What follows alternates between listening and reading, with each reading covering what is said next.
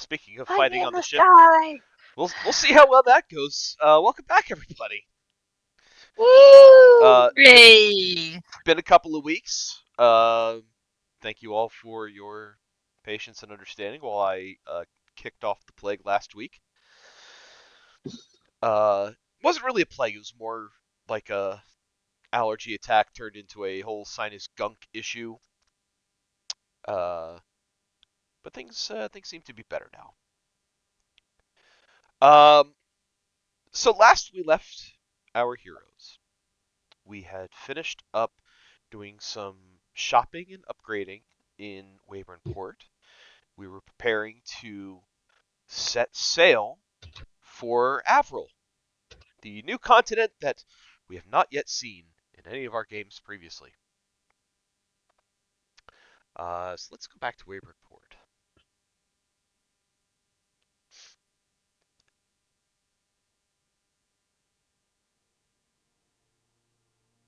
All right. So, you had all boarded the ship the night that the final upgrades were purchased. Nariko got 2 more chase cannons for the Corvus. And that night you were looking to camp out in the Corvus, sleep there for the evening, and then take off the next morning. You're a robot. Robot. Just have to wait for a moment, I guess. Beep. Meep more. Meep or bleep. Robot.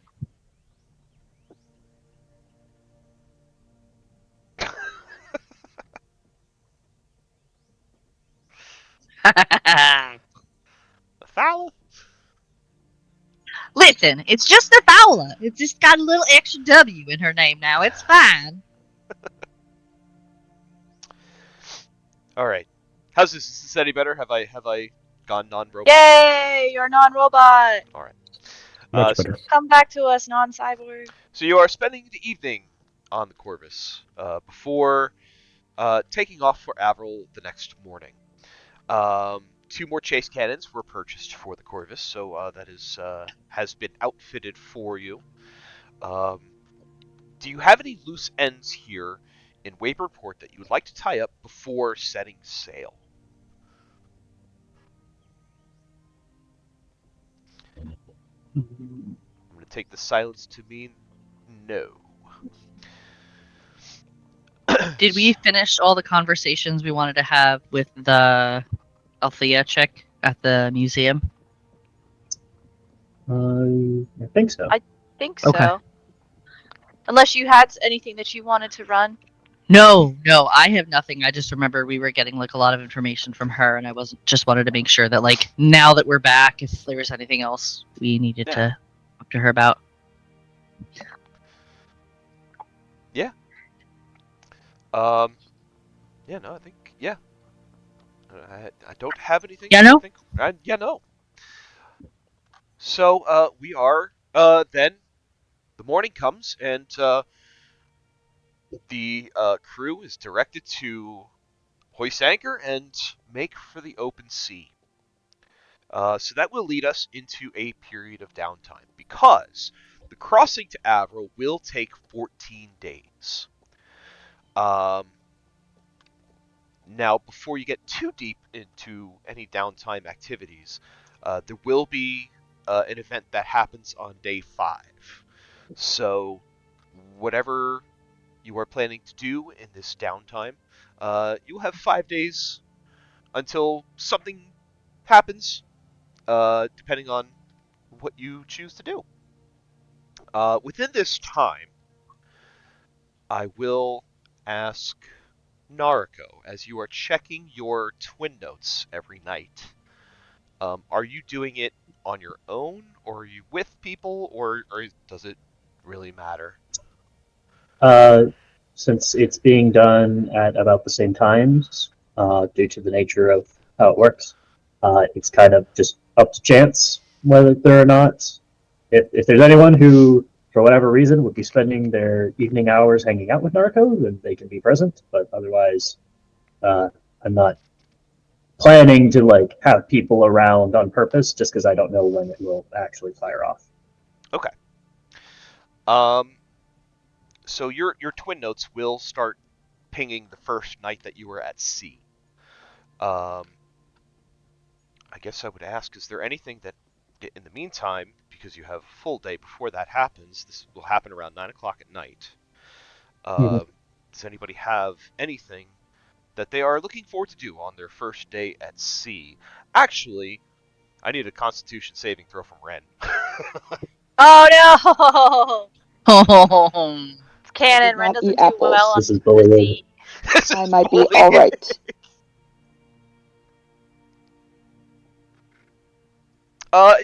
Char Char can give you advantage. Okay. Oh, look at that con save. Ren, you're as good as a sailor. You've kind of gotten used to how the boat floats, and you've gotten used to not being seasick. No, I just did not eat apples before this voyage. It was a sad sacrifice. Yes. So, first day at sea. Anyone looking to anyone looking forward to do anything during your first day sailing? Not I. Throughout the entirety of this trip, Nariko has a couple of items in her crafting list that she will be working on. I will update the day counter on those accordingly, and I will announce when anything is finished. Very good. Jake doesn't have anything in particular that she's doing. That first day at sea, though, she seems kind of out of it. She's very distracted. Other than that, nighttime, she'll be splitting her time between Nariko, Professor, and Reverie.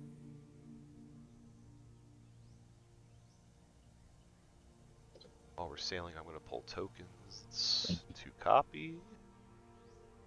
Copy those tokens. We're not going to be attacked. You don't need our tokens. No.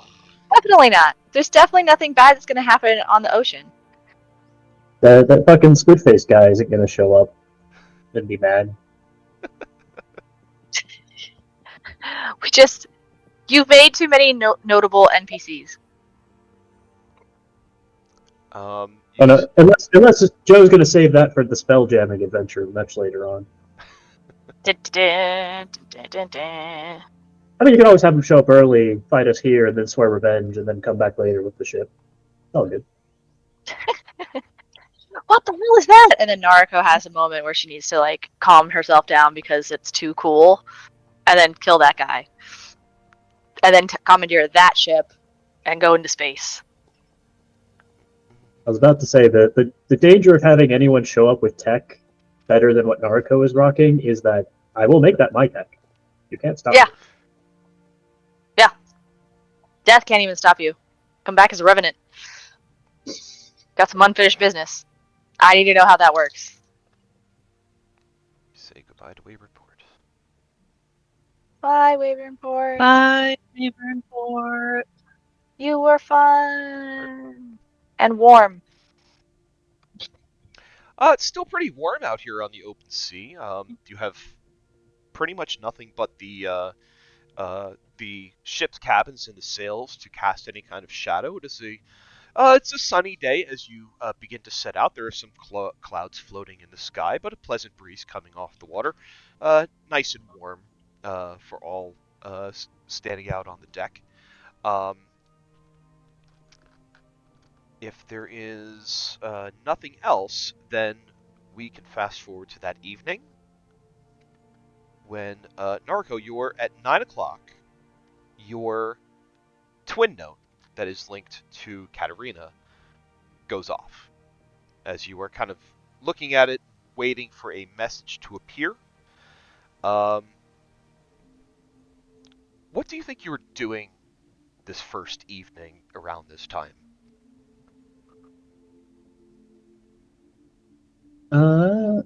I would say the project she's working on right now is that magic book. That's kind of a compilation of a lot of void craft lore that they've accumulated up until this point. And it's fairly close to being completed. So I think at this point, Narco's kind of like rearranging the order of the notes themselves and figuring out what sort of edits she'll want to do to sort of streamline everything come tomorrow. So she's got lots of papers spread about her desk, stacked up in different piles. Every so often, she's handing off some to Arby, who, with sort of that manual printer vibe, will kind of like do a redraft of the paper, but excising under the bits that she's crossed out or fixing spelling mistakes and that sort of thing. And then the new print will be placed off to the other side for collation. It's just an absolute mess of ink and paper and drawings. But the twin note is kind of sitting up on a little holder to the side where she can like keep a glance at it every so often. So you do happen to take a glance at it as some writing does begin to appear. It is notably not in Katarina's handwriting, but in more of like a Times New Roman font. It's What? It starts off with the first party name, just Nara, and then there's like a dash and an underscore and like an exclamation point and like an open parentheses and then a line break, and there's a bunch of other punctuation that doesn't make sense, and then another line break with a literal frog emoji. What? Question: when Nariko has been using the twin note with other people, does the writing that normally appears come like in a standard font, or does it appear sort of in the same style as the person who is writing it? I would say it appears in the way that the person has written it. So if someone is writing it like with their own hand, the writing does appear in their handwriting. To you or to the person who it's being sent to? To the person it's being sent to. So like Cool. if you write on the pad, like it's your handwriting, and it's like a mirror copy on the other side. Oh, cool. What the fuck is happening with Katarina right now? Cool. Nariko will take the paper, stare at it for a moment, and write down new note, who this.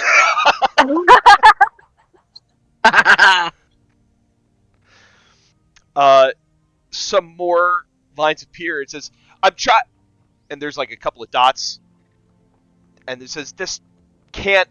Is like some broken line, some broken kind of speech, and then there's a line break, and it says, "I'm having trouble getting this ducking thing to work," and then another line break that says ducking, and then another line break and says ducking, and then another line break that says, "I'm saying duck, not duck." Outstanding. It's a fucking pen and paper. How do you fail at texting? There's an obvious transfer of skills. Oh god, it's so it's How does it have fail on text. autocorrect? After Mom fail text. after a few moments, the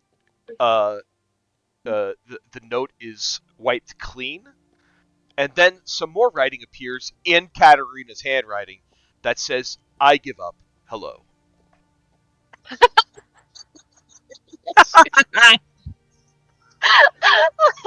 Oh, she was trying to do something and it didn't work.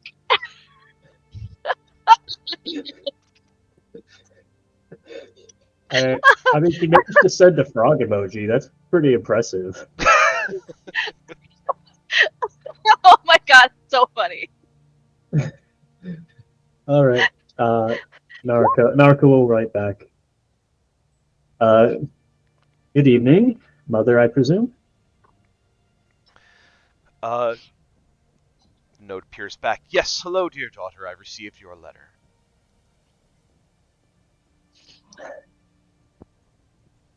Wonderful. Sorry about the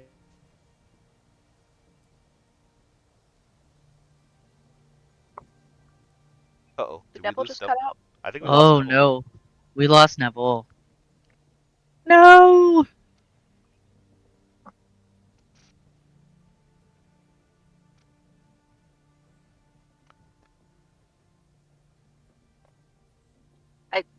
I don't know if he knows he disappeared, so I've put it in the Roll20 chat. Yeah. Oh my god, that was so fucking funny about Katarina. I get to see every mom ever when they get their first cell phone.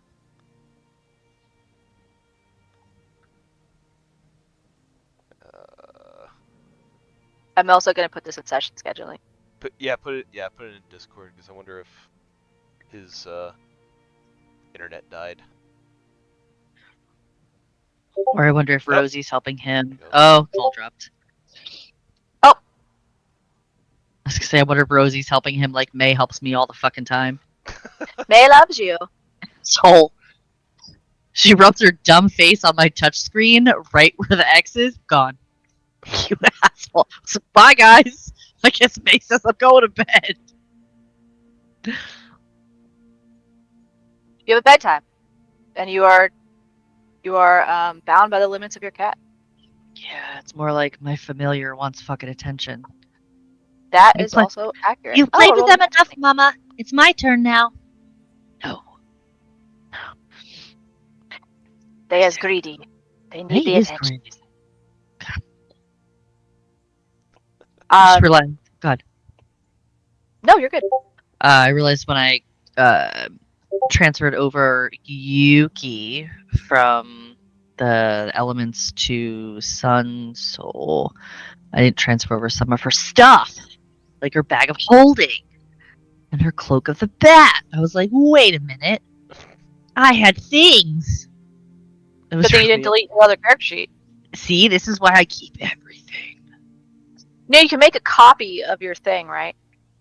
And If you go to your character sheet, you can make a copy of it. Neville's back! All right, on the phone while the internet tries to unfuck itself. oh, oh, See? It knew what Katarina was trying to do, and it gave us a reason that this was happening. You cut out right as you were responding to Katarina's message. Yeah. Nariko was basically just saying, "Yep, sorry for the technical difficulties.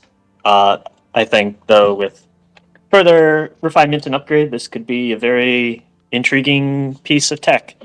Um, it's incredible the things that they'll sell at the prize booth at the local circus." There's a response that says, "Not your fault. Thought I'd try a speech to text. Definitely needs some tweaking."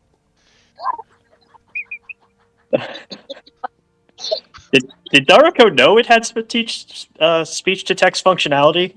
Because I did not. As far as you know, it does not. So this might be something that Katarina has taken on herself to try to test out. That is very interesting. Yes, Nariko will respond. Well, there's something nice about old school writing in its own way. Do you have any immediate responses to the contents of my last letter? There's a bit of a pause, and you see she says, "There are some responses that I have. I think it would be better received in the old-fashioned way, but would you prefer to communicate through this instead?" Nariko's slightly concerned, but she responds, "If you think it's best to be read via your conveyance, then I will wait for that. I'm sure anything of immediate concern you'd share." Response comes back, "Yes, indeed." Okay. All right. Well, Nariko will say, "Well, you are my first recipient to have successfully responded, so I'm glad that the service works. I've sent Marcus a similar note so that we can converse more freely and without the need for subterfuge in every letter. She says, "Good. I'm glad to hear that you are keeping in touch with him. Uh, in the meantime, I do not have any pressing matters at the moment, but if something should come up, then I know a more immediate way now to inform you." Excellent. I'm going to conduct a small test here. Tell me if your note does anything on its end. Uh, Joe, I'm about to do something fucky. All right. Yay! So application of shocking grasp to the twin note to try and see if it would create a vibrate function on the other end. Hmm.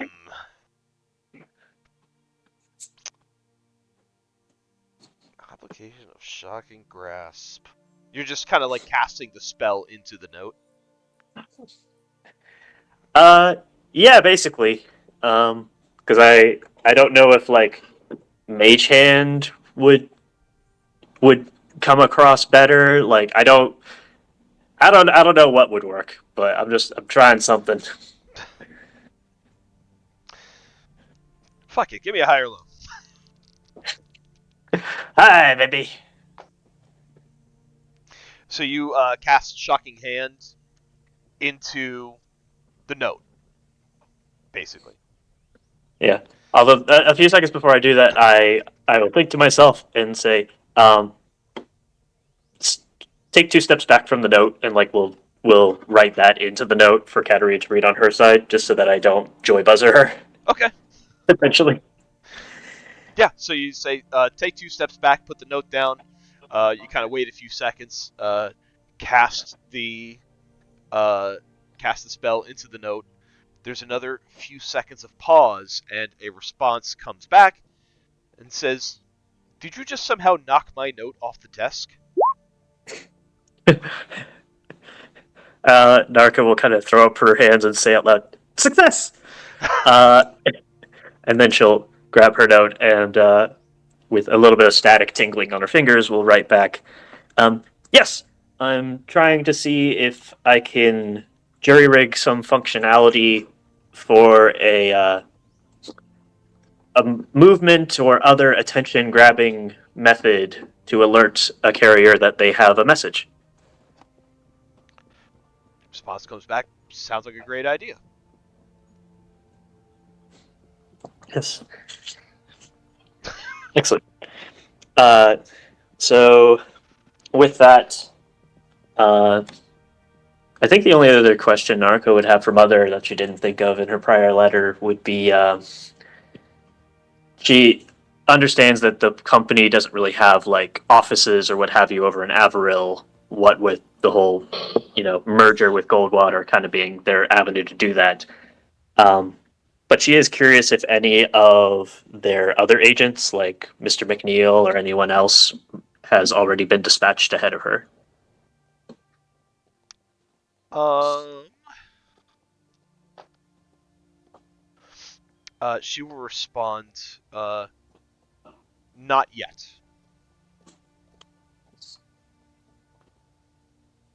All right.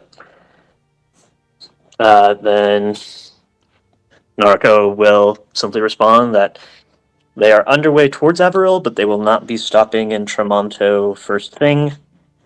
Um, she will give further updates either through Newman or through the Twin Note um, once she knows that that will be their next stopover. All right. Response comes back, "Do let us know when you get close. Please try not to take too long." And like, there's like a underline under two, and then it just signs off with, "Love you, Mom." Love you. All right. Yay! That was so fucking cute. Oh my god, that was so fun. Okay. Frog emoji. Frog emoji. So you will have a little bit of time between now and when you'll get your second ping on your other twin node in an hour. Do we should do anything else in between that time?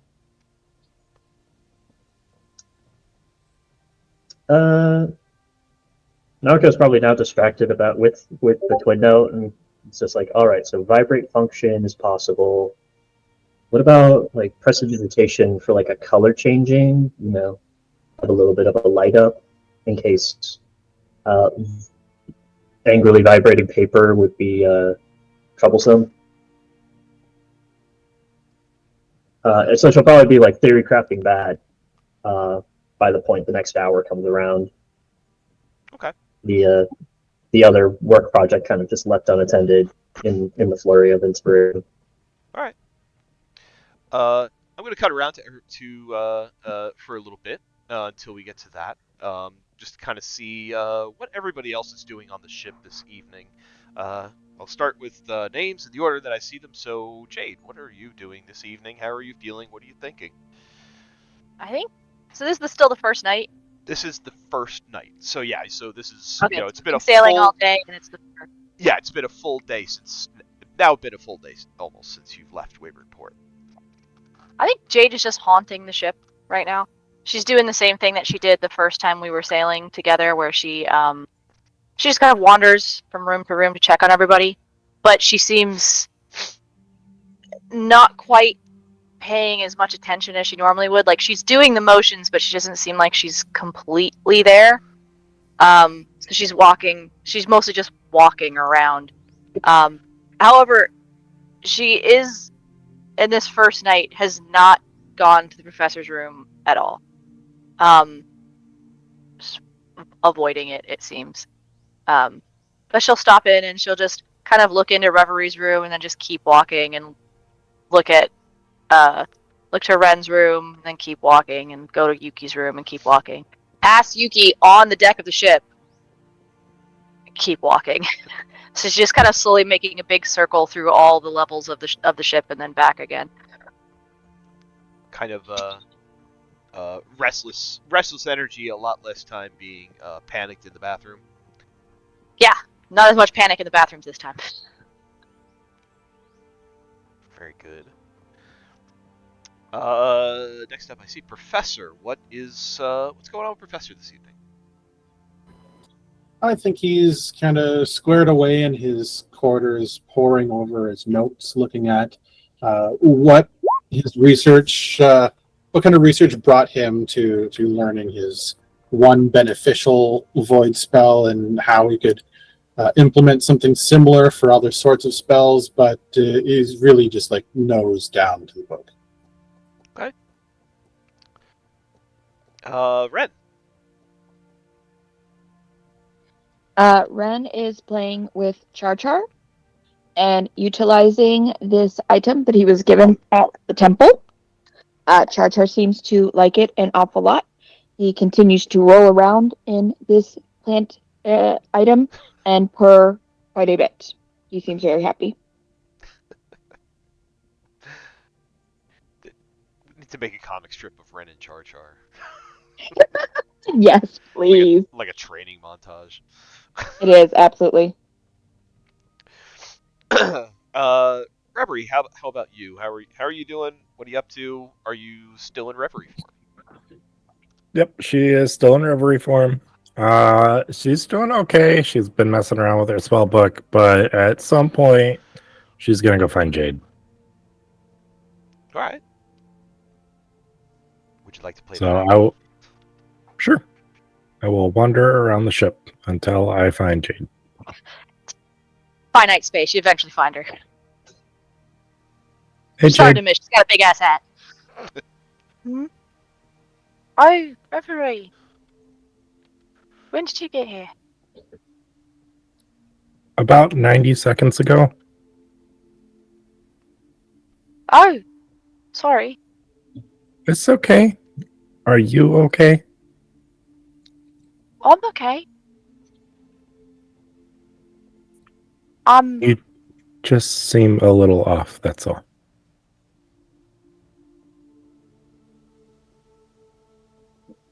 I feel a little strange today. Do you Really want to talk tired. about it? Well, I don't know that I have anything to talk about. I was really tired today for some reason. I think I was looking for something, but I don't remember what I was looking for. I was with Nariko.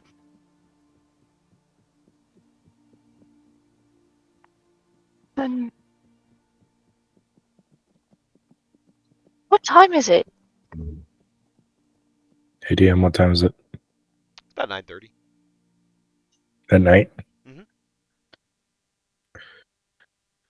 The sun set a little while ago, so I don't know, 9, 10 o'clock. Oh. What were you looking for? I don't remember. I think it was important. But maybe it wasn't that important if I can't find it. What are you doing? I've been debating on whether or not I want to perform this ritual and see if I can get someone like Alatar into this spellbook, or if that's even fair to whoever or whatever that might be. Oh, oh, you can ask David. And David has been in her arms this whole time that she's been wandering around.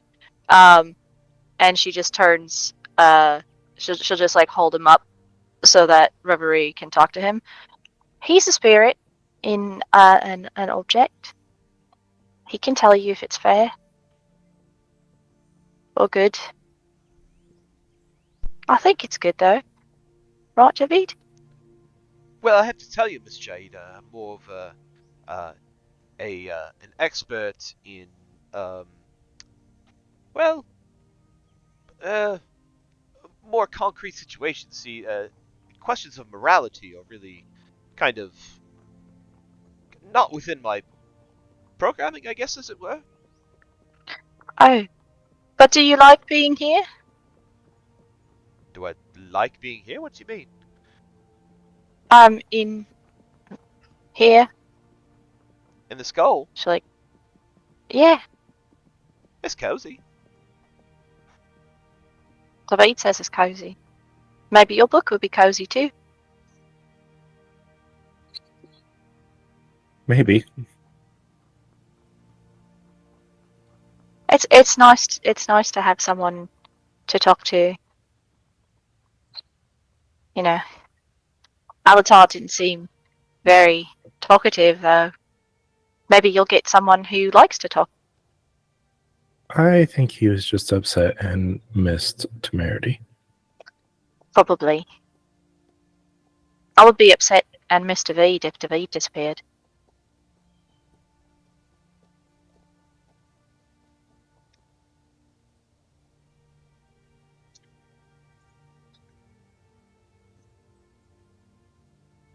Did you ask me something?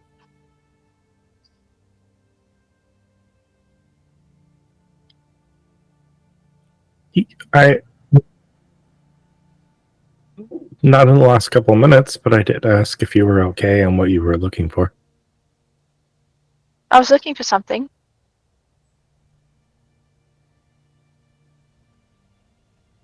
Do you remember anything about what you were looking for? I don't remember looking for something.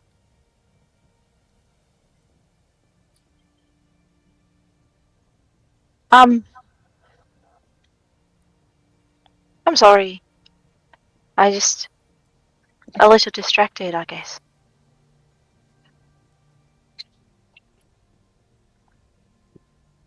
I don't think I was looking for anything.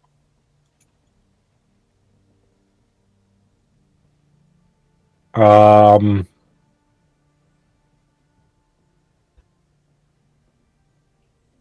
Joe, is there a roll that I can make to see if she's sick or like under magical compulsion or I don't know, If her brain got eaten by a chicken. that too? I would say sick would be more of a medicine check. If you're looking for magical compulsion, it's probably more Arcana or Insight. Okay, we're gonna start with Arcana because I don't know crap about anatomy.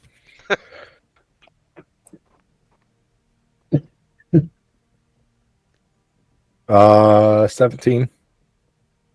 17 Arcana. Jade, what do you want to give on a 17 Arcana? I think that Reverie has been with Jade long enough that on a 17 Arcana, she can tell that nothing is compelling her, but that she seems to be coming out of a panic attack state, a bad one.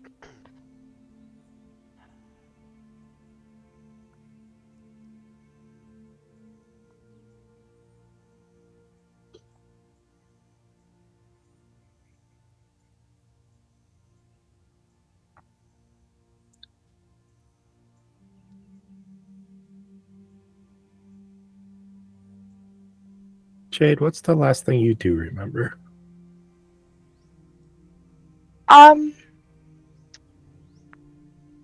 We got on the ship, and I was helping Nariko with the professor's present. I was helping with the professor's present, and then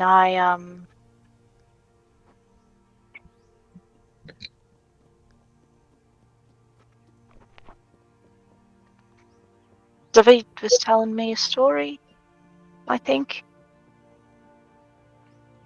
Because Nariko fell asleep.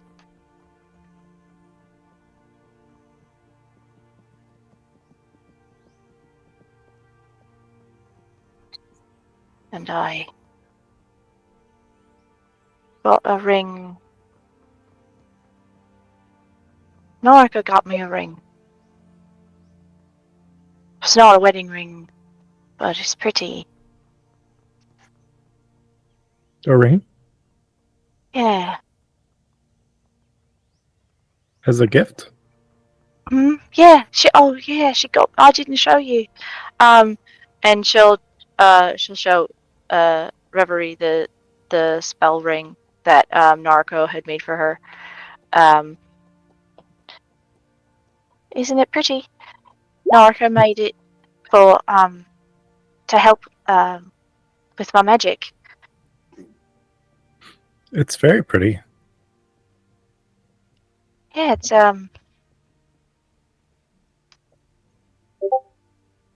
it's really pretty. I like it. I like it better this way.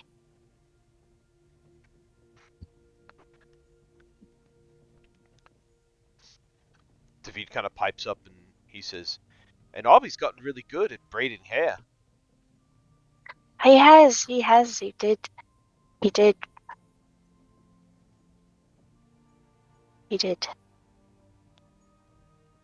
I remember that. That's right. Bobby braided my hair last night. Earlier today.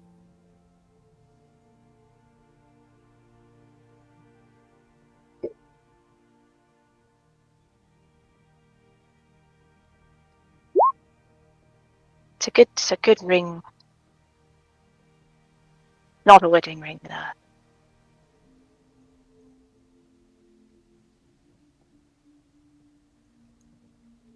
think I had one before. But I lost it, and I don't know where I put it. Not a wedding ring. not a wedding ring, but a promise ring. I had a promise ring that I put somewhere, and I don't know where I put. I was looking for it, and I don't know where. I don't know where I put it. Miss Jade, I think that might have been a dream. Huh? I think that might have been a dream, Miss Jade. You just, you might actually need a little bit of rest. Oh. Can I check the David? Because I know Jade doesn't sleep. Sure. Yeah, you can say check the feed. Is a natural 20 for 25. Hell yeah. Monty, you fucking skull. Get him. David is covering for something. Hard to say what, but it's more in the way of like he's covering for something to try to kind of protect Jade in this kind of fragile like state that she's in.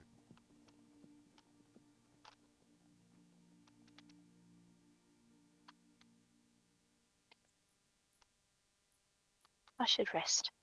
Yeah, I should rest. It's not. It's late. It's late. Did we have dinner? Did everyone eat? Did someone?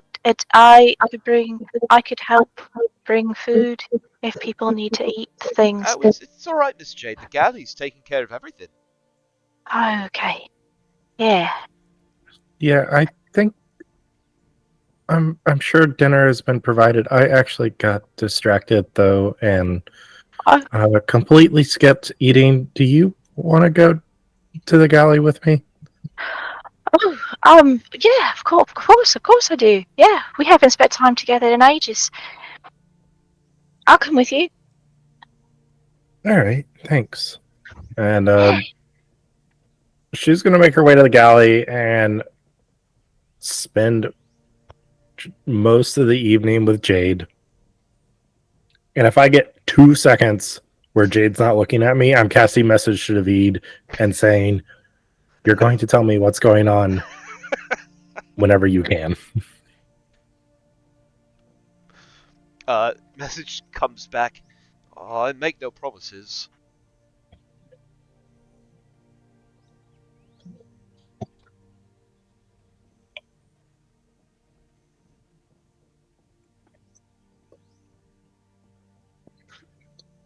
Part of me wants to threaten a skull right now, and part of me does not.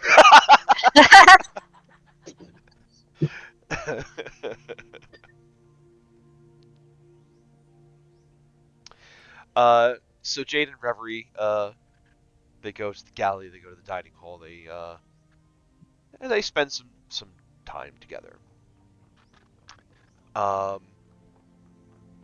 Moving on, Yuki.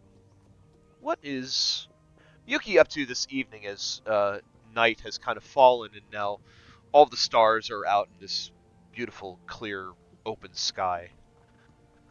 So I think Yuki is definitely connecting with the light inside of her, as Kiyoshi Sado talked to her about. She's meditating on what they talked about and what it means to Jaime, to live your truth and to speak your truth and to be unapologetic about it, and how that kind of balances with balance and still being kind but assertive, question mark. So I think she's kind of just meditating on all of these things out on the dock, and were anybody around, they might notice she's emanating a little light every now and then. She just, her fur hair, not really fur, hair on her head will just maybe a trick of the eye. Not really. It must have been the moon in the sky reflecting off something, but could have sworn that her hair was glowing, but that can't be right. And she'll just do that for a little while until it gets too cold. And then I think she will make her way to her little room, and she will start to make some herbal packets. aka like tea bags. After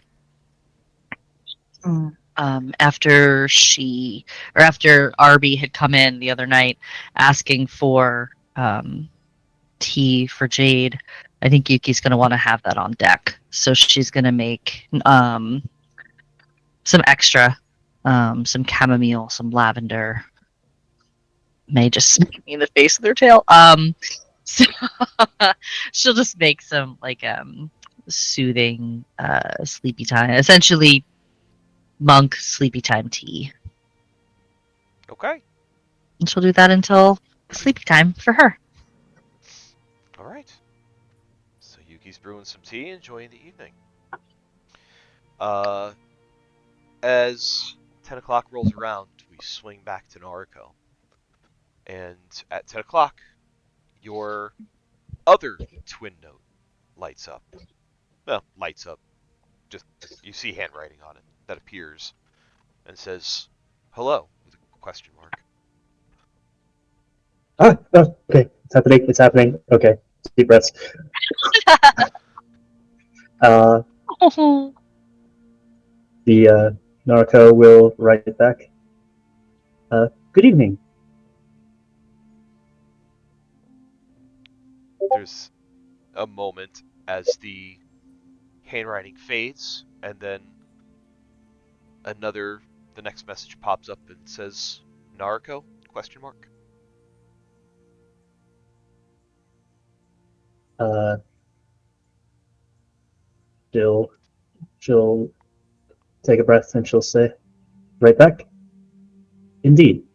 Marcus? Question mark. Response comes back, "Indeed."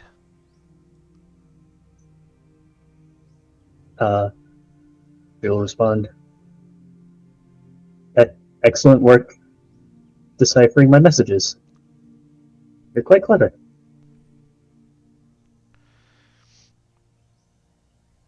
Um, Thank you. I've learned a few tricks from my time in the theater, and there are many props that our performers work with, and I figured I would be able to put some of that to good use.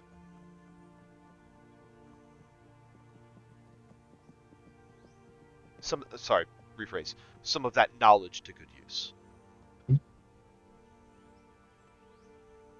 Curious. You'll have to show me some of these tricks.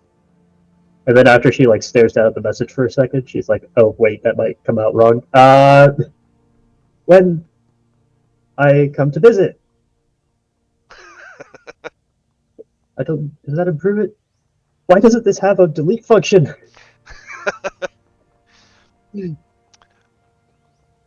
uh, Yeah. Response comes back. I would love to. I look forward to having you here. she sort of thinks for a moment and she writes back. I must say, Marcus, that though we've only been able to communicate by text so far, uh, you've proven to be quite an intriguing man. And were we not under some unfortunate pressures, uh, I think getting to know each other could be a quite enjoyable experience.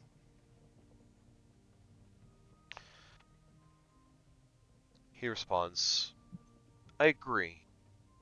I am not concerned about the pressures placed upon us. I think we are both capable enough uh, to make our relationship work for ourselves and for our families. Um, I like the prospect of being able to speak to you instantly like this, but if you don't mind, I would like to continue writing letters as well." Certainly, uh, the act of composing and sending letters can be nice in its own way. Plus, the time between allows for developments to occur. Um, would also help keeping up appearances for the families if they are keeping tabs on your correspondence.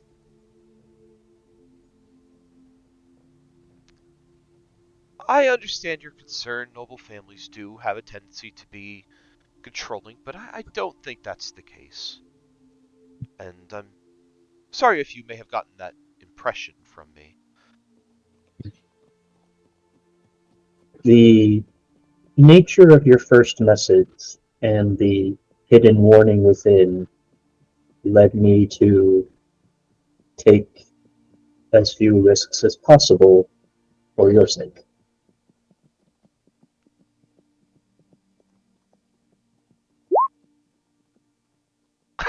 Say ducking. Send a frog emoji if you're under duress. You make the frog emoji. Use only the Oxford comma if all of this is a lie.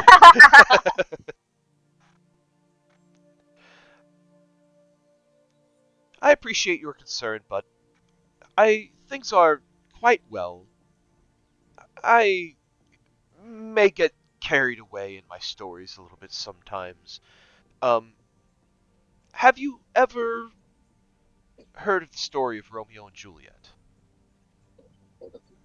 Has Nariko heard of the story of Romeo and Juliet? History check.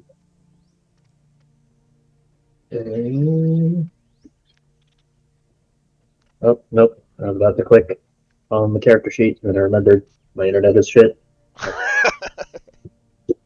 Alright, that's a cool 14.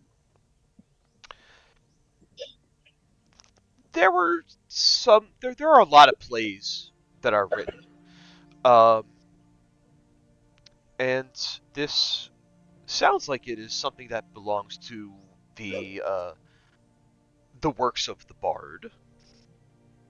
So, passing, in passing, I believe you would have heard of a story of two star-crossed lovers ending in tragedy.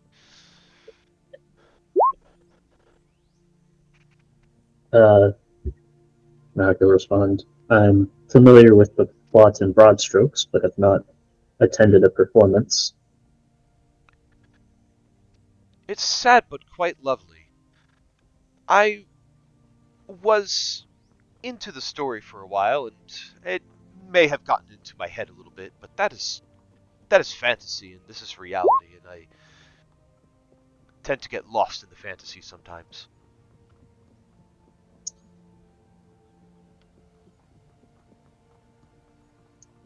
Is there a way to perform an insight check on sort of the style and content of the writing here to see if it gels with what I've been getting from Marcus previously?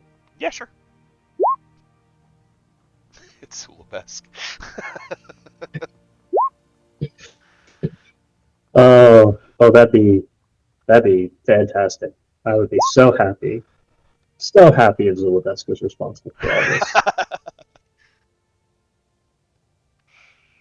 I did. Damn it! I did the thing. I clicked on the character sheet. Ignore that roll in like Okay. 10 minutes when it comes through. I don't like that roll. I am going to use Sip and Inspiration. Okay. That was well spent. That is a nat 20 plus 2 for 22. And I will add guidance on that. And bump it up to a 24. It does strike you as strange, Nariko, that the tone of this kind of dismissal seems a bit out of place from the secret messages that were received previously. The language, though, that's being used and kind of the prose and the cadence of the structure of how things are written are pretty similar to the letters that you've received, but there is some odd there's some odd conflicting information going on here.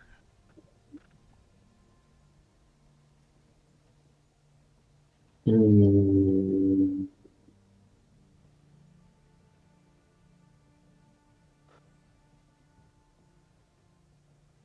All right, Nariko now assumes that it's compromised. He's gotta pivot real quick here.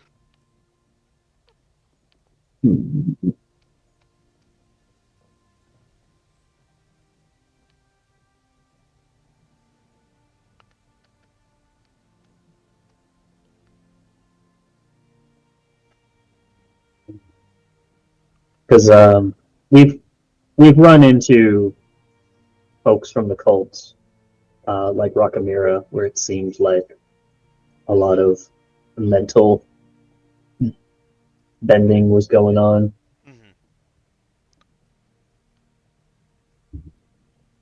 Mm-hmm. All right. Well, Nariko will respond with, well,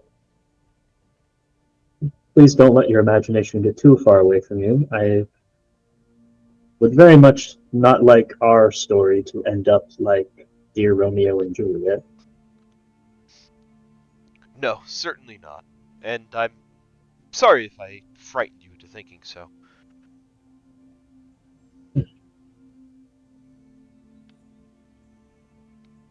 Trust me, I am all too familiar with those premarital jitters.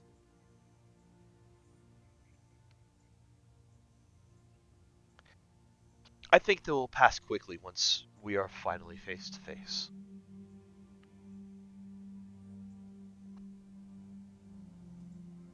Indeed. I look forward to a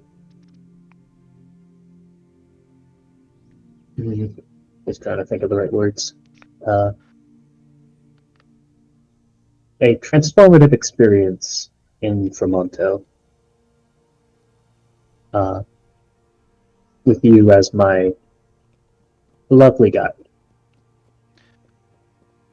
Yes, transformative it will be, and I am so excited to show you my city.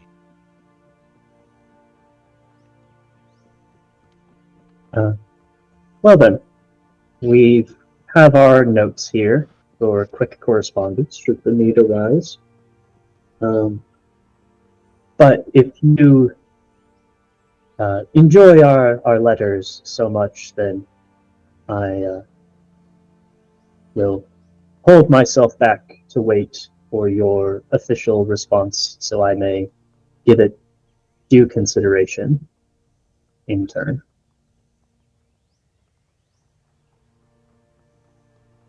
The response comes back, and I look forward to receiving your continued letters as well.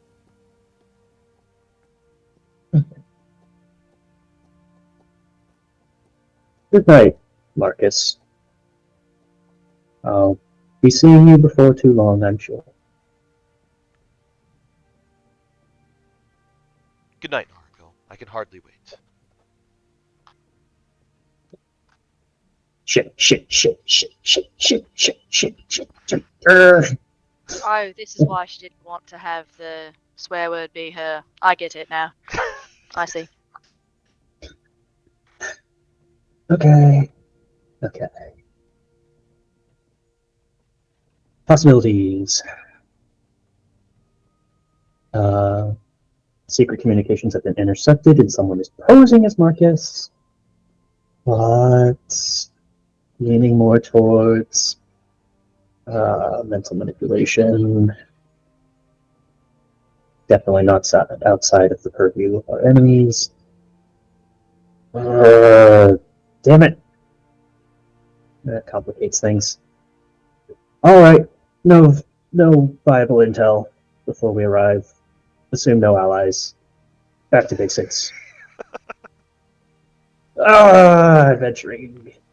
Why is it like this? Okay. Calm. Thank you, RB. Yes, T. Excellent. Compliments to you, E. Do I even want to tell anyone about this now? Yes. Let's go check. Let's go check on Jade. And if Jade is still in her weird mode, we will avoid any sudden shocks. Where would she be? So Nariko going off to look for Jade. Yep. It's it's a big ship, but it's not impossibly big. I think it wouldn't be too long before you find Jade and Reverie in the galley area, kind of chatting, and Reverie's probably eating. Jade's probably not, unless she wants to. I don't think Jade requires food. Jade doesn't require food. She'll eat when everyone else is eating, like a little bit, just to taste it. But she doesn't really eat. But she is holding a cup of tea, and David is sitting on the table, like next to her. But she has let him go, and he's sitting next to her on the table after. Reverie and her have been here for like the last hour and a half. So they've been like 2 hours actually, because it was 9 o'clock when you found her. It was like 9:30. Yeah, 9. So it's like about an hour and a half. They've just been sitting and chatting. Yeah, and I think by this point it's probably like 10:15. I think with some concentrated effort on Reverie's part and being around Reverie, Jade's looking okay at this point. She's looking okay right now. I'll also give the opportunity. Is there anybody else who would be up and around the ship this evening that may also come across this group in the galley? If Ren can get Char Char away from the catnip, possibly. Okay. Give me an animal handling check with advantage. Oh, I just gave myself a high-low, but yeah, sure. So yeah, we'll check and see if that'll work.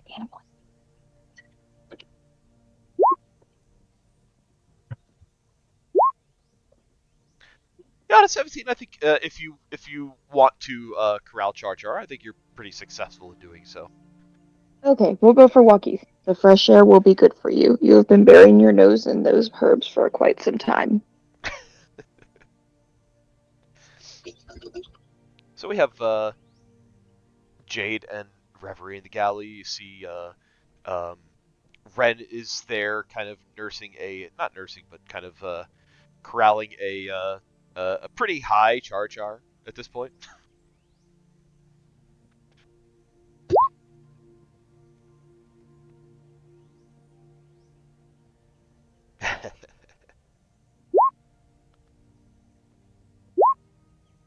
Professor's rummaging through cabinets and whatever else is available through the kitchen. Everyone in our party is showing up to scrounge for food at like 11 o'clock in the evening. Our eating schedule is fucked. We're so like we gotta get fuel when we can, and half the time it's just real quick late at night. Midnight. We're on the college dorm schedule. Yeah. It really Everybody is. gets the snackies. It's okay. Everybody gets late night wings. It's fine. Yeah. Yep. Oh yeah. You know what? Yeah. Late night wing night. Absolutely. Nice. Yeah, I think Yuki'll emerge as well and skulk around, stretch her legs, stretch her back from leaning over, making copious amounts of tea bags of different blends. Nariko will just kind of. She doesn't intend it to be this way, but she kind of like half just collapses onto one of the benches for the mess hall here. She seems a little bit frazzled, slightly grumpy, but she's trying to hide it. She'll kind of put on a smile as she sees Jade's looking a bit better with Reverie and say, good evening. I think we all have the same idea. Jade, are you feeling a little bit more rested? Oh, yeah, David said I needed a rest, and Reverie forgot to eat, so we came down here. It's been nice. We've just been talking. Are you okay? Oh, just You look a little a upset. little bit. Yeah. Well, I have good news. The twin notes that I sent out worked. So. Oh, that's great. Yeah, I got to chat with Mother a little bit. She's doing well. No, no news on her end. Um, Helped me tinker with a couple bits of functionality for the device in question, somewhat by accident, but um, I also did finally get a response from Marcus. To just give you one like Um, long, slow blink. Was he as nice and in his letter this time as he has been in his other letters? yes, he has. Yeah. However, there was a change in the contents.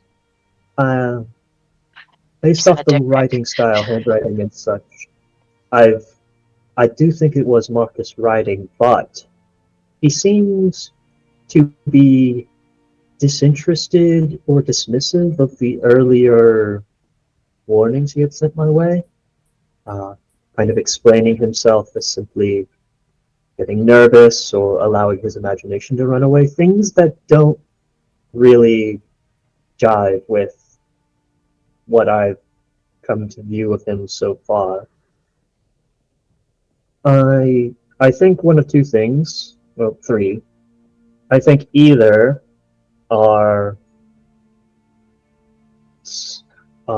hidden communications were discovered and someone is pretending to be Marcus, which I put as a low likelihood.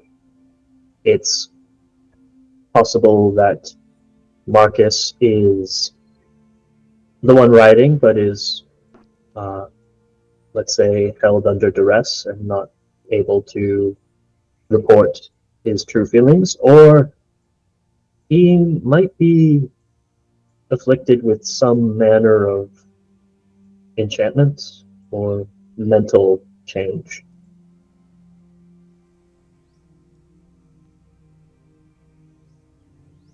I don't like any of those options. Do you think he's in danger? Should we go to Not. him now?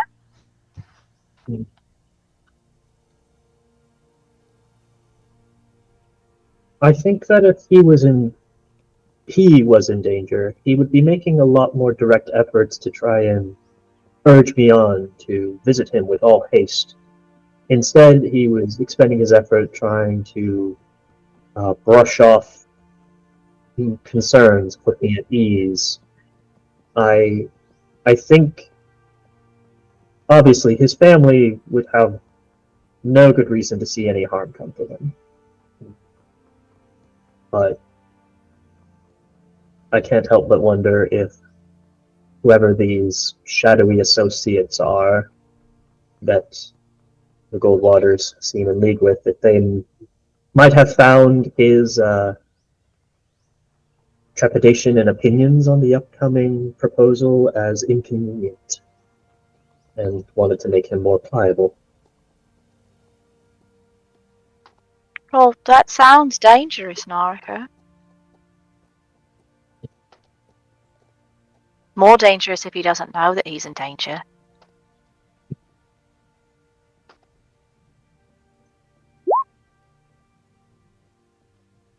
It's dangerous in the sense that someone who I was counting on to be an ally for us may have been subverted. But Well, that's all the more reason to go to his rescue, isn't it? true, but if we go sooner or if we go later, I don't see the amount of danger him being in being different, if that makes sense. And if it is indeed the cults that we're after that are doing this to him, the strike we currently have planned in Elgroth may help us to disrupt their ability to do anything worse. That's true.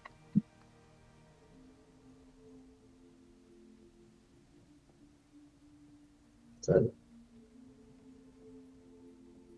yeah, I'm not Are you sure?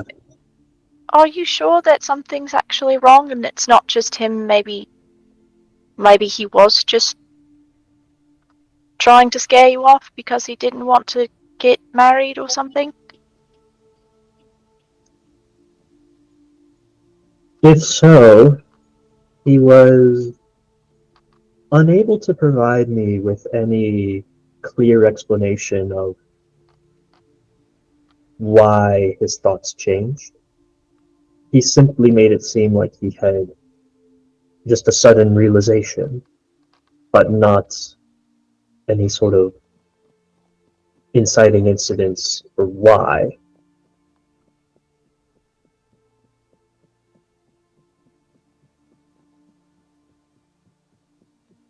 I had trepidations, and those were eased, but only after I've had a chance to talk with Marcus a bit more through the letters.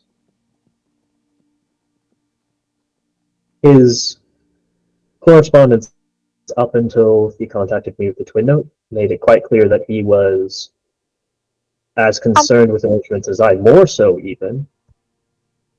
And I have a thought, mhm. and maybe, but can you put hidden messages in your Twin Note?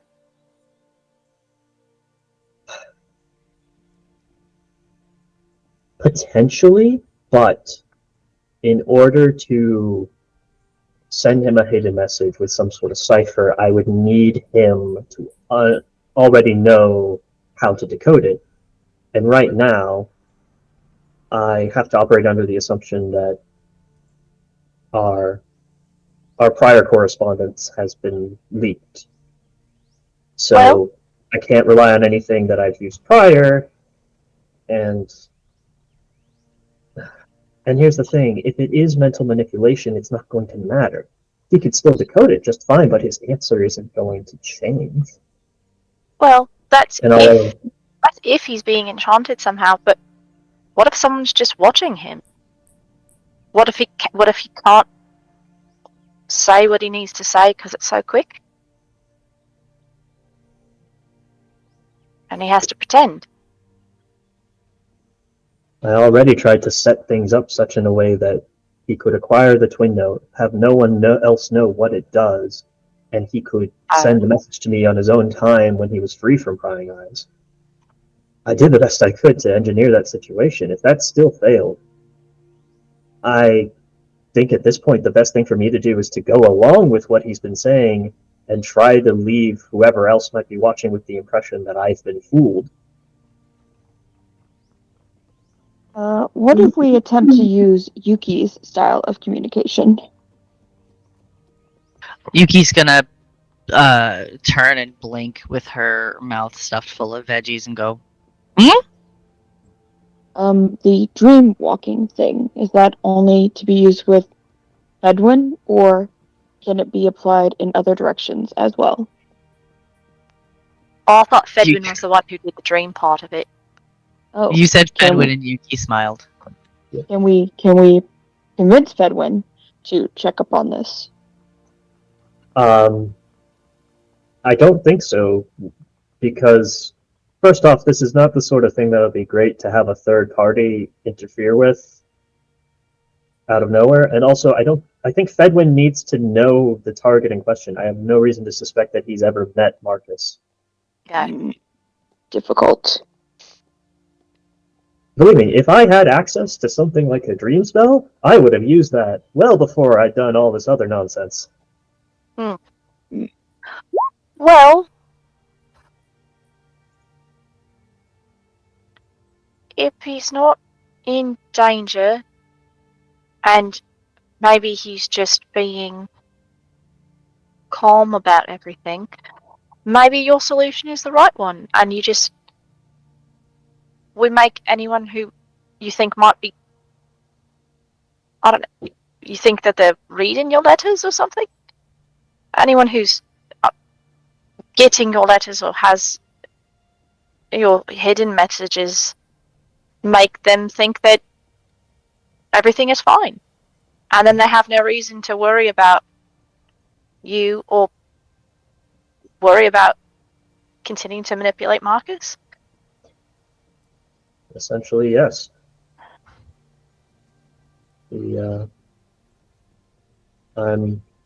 I have to operate under the assumption that I can't make any further contact with Marcus, trying to use him to uncover the secrets of what's going on. Either he's under such close observation that it will only push them to act further, or he has been turned and wouldn't understand my concern in the first place. So, better to not give whoever is behind the scenes any ideas that Marcus has expended his usefulness.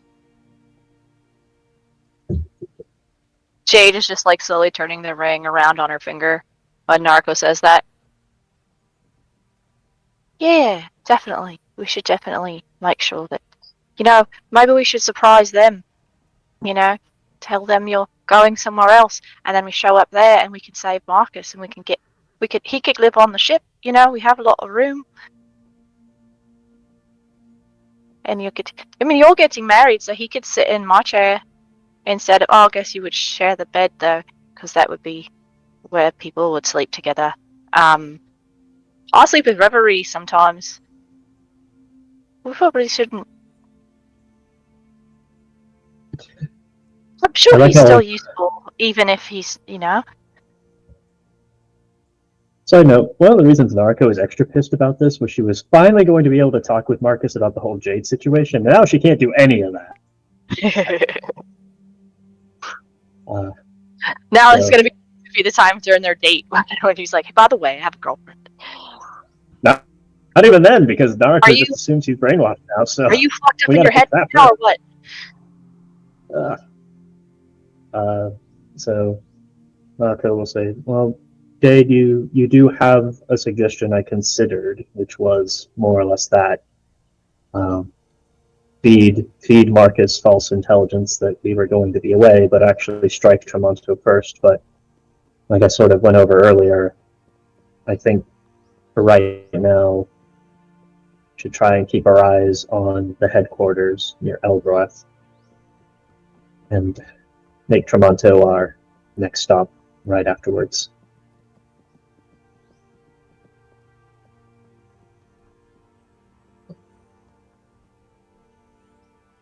Are you sure?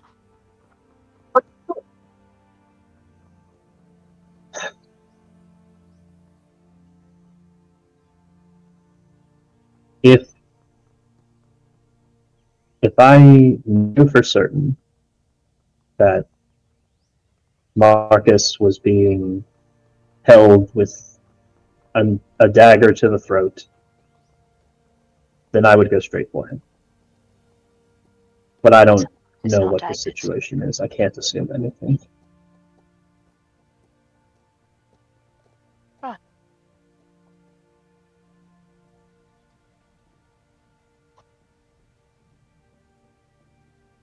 We already had a big, long discussion about the merits of going one direction or another. That's true, but that's before anyone might have been in danger.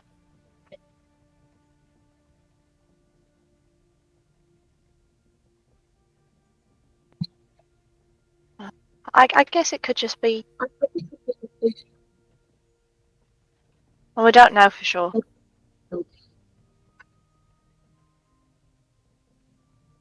And it seems that, if nothing else, they want you and Marcus together. So Marcus has to be there for you to be together. Exactly. I'm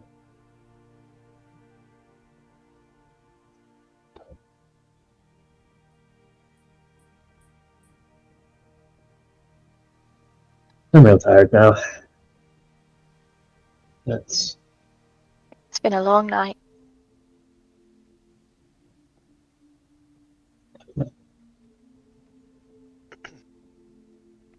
It's when notes work.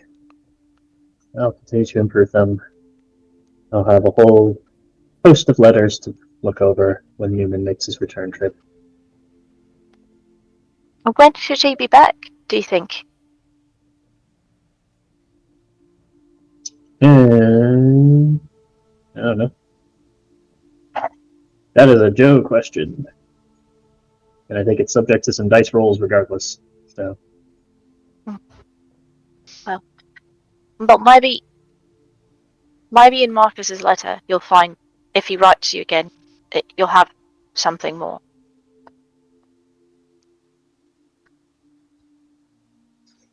yes, because we all know Joe loves having to come up with new puzzles and ciphers. That's his favorite thing to do. It's been as much of a brain exercise for me too. Hey, he started it.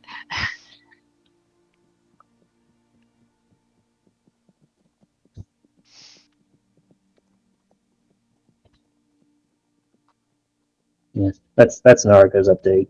She seems kind of spent for the evening. Great.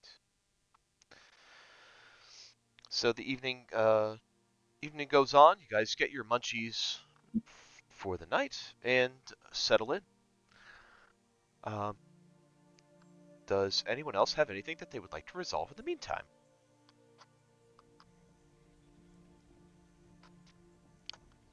Well, in that case, the next morning will come.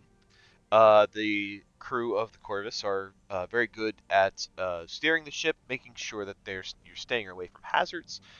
Meanwhile, the kitchen staff is, as they say, always ready to go. Whenever you guys are up and around and looking for something to eat, they always have something prepared. You've stocked up pretty well before leaving Weyburn Port, which is nice. Um, over the course of the next 3 days, um, and actually the very next day, Nariko, you will receive 2 letters, from one from Emil and one from Marcus. The day after that, the letter from Katerina will arrive, which I have already provided to you. I can share with others if you so choose. Sure, share with the group. Anyone who's so inclined can read it Sure, on I their when the opportunity presents. will. You know what? Am I good if I share the whole folder? Because it's just easier that way. Sure, share the whole folder. All right, we'll share the whole folder. Okay. Um, let me grab. This has all of the letters that have been written to Nariko so far. Uh, uh, uh. Here we go.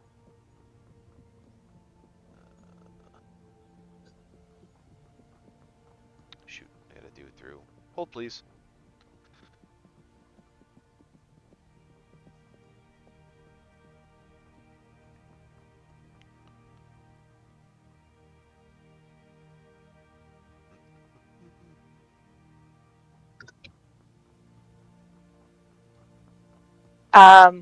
While holding, and Jade will ask Nariko, just that evening before Nariko actually goes to bed. Nariko, I know you said that having an extra person involved is probably not good, but I can try to send him a message.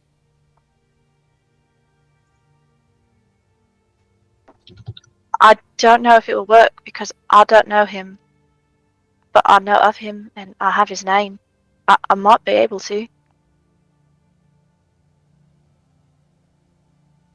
Would you want me to try?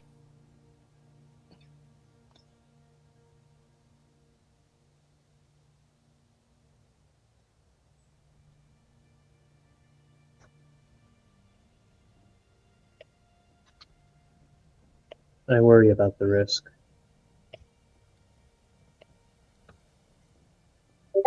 If, I understand.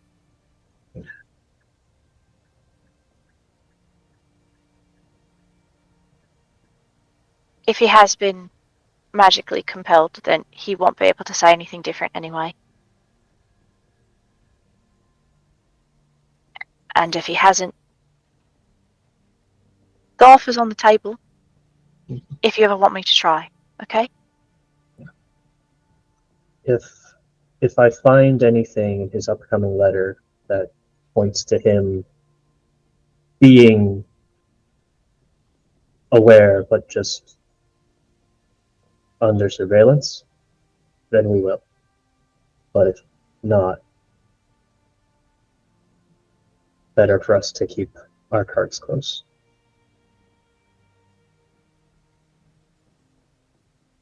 But thank you, Lynn. Of course, Nariko. Nariko. Yeah?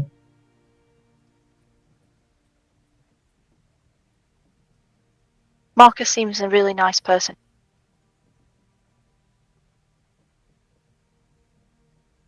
If his first warnings to you weren't a lie, if he was just trying to protect you without even knowing you, we'll protect him too. We'll make sure he's okay.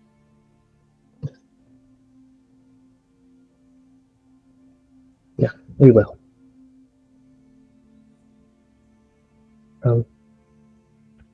Jake. Yeah? Would I be able to ask a favor? Of course, anything.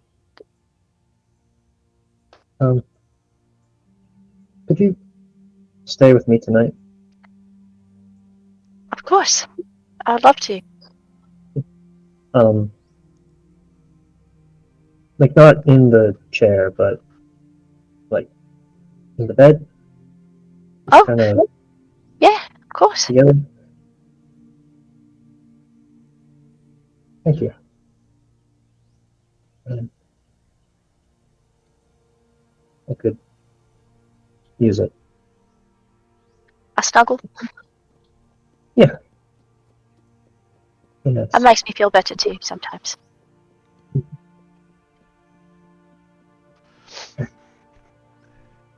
And with that, she will go to start getting cleaned up before heading to bed. All right.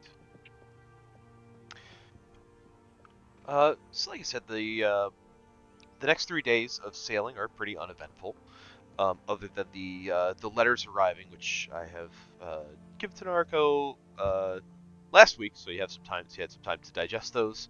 The rest of you probably seeing them for the first time. So not sure if Nariko has anything she wants to do to react to these. In the meantime, are there any other tasks or things that anyone is doing during these few days?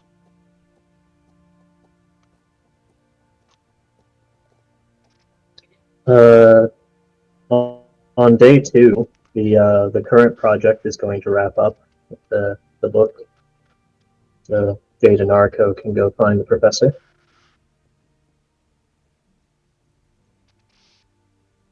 Knock on his cabin door. Professor! Hello, Nariko. Come in, please. What does the state of his room look like? It looks like all of the cleaning that had been done in the mountains. Nothing like that. It kind of looks like that room did before the cleaning happened. There's like stacks of sheets and books everywhere, and the writing desk is just like a mess of like loose leaf paper and writing utensils.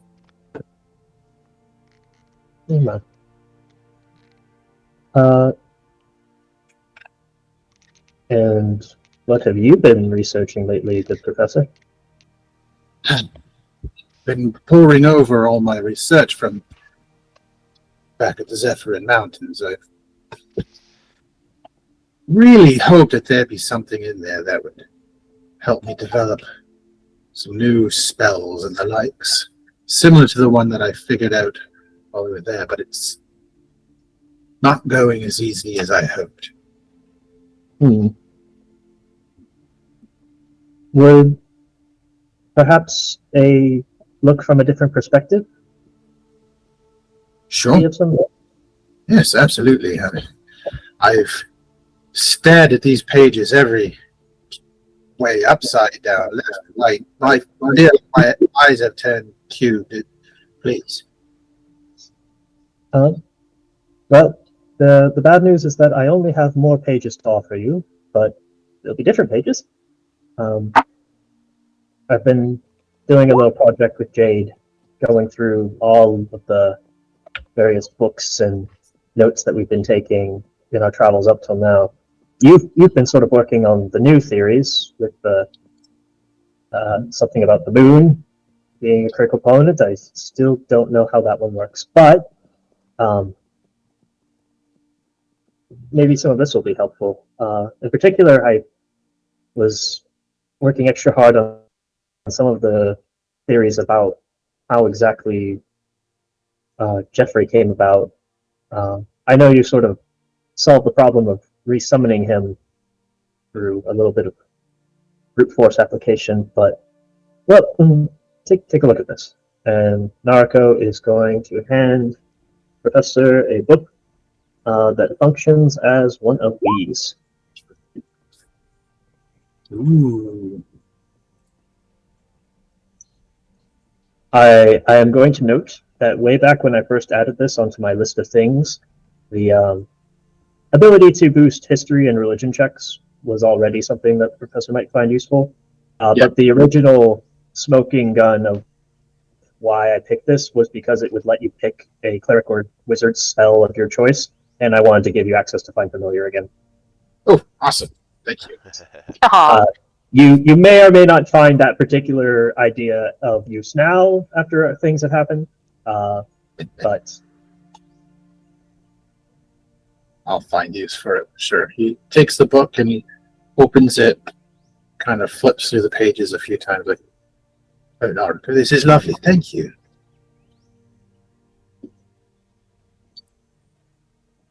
This must have been so much work.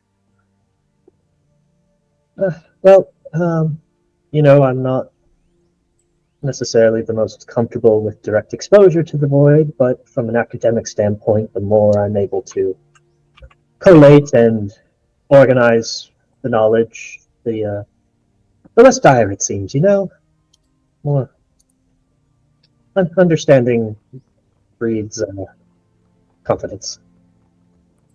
Oh, sorry, I don't know why it's doing that. I did not click that. I understand. It's kind of idle hands make idle minds, Right. Oh, and you had made another request, and I need to start working on that. So she proceeds to take out a rather large syringe and is like, can I have your arm, please? Sure. He just kind of eyes the syringe and then kind of squints his eyes and wrinkles up his nose like, right. Right. And he rolls up his sleeve and holds out his arm. Nariko will proceed to, oh so very gently, find Jab a good him with the needle. vein and jab him with the needle and pull back until she gets a good few vials of blood to take with her to begin working on. He kind of rubs the site where the needle went in, and he just says, "Just do me a favor. Don't go selling that to any fae or anything strange like that." Oh, believe me, I am well aware of the strange and concerning aftermarkets for bodily parts and fluids and other such on the various planes. Not something I want to get involved with.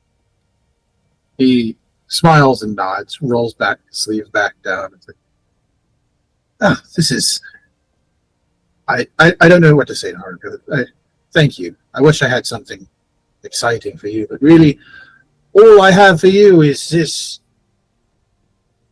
beautiful mess to behold. And he just gestures with his arms around his room, like, you ever feel like you need some light reading? I've got plenty for you. Jade takes that opportunity to pipe up, and she says, I'll put so many of those notes in order.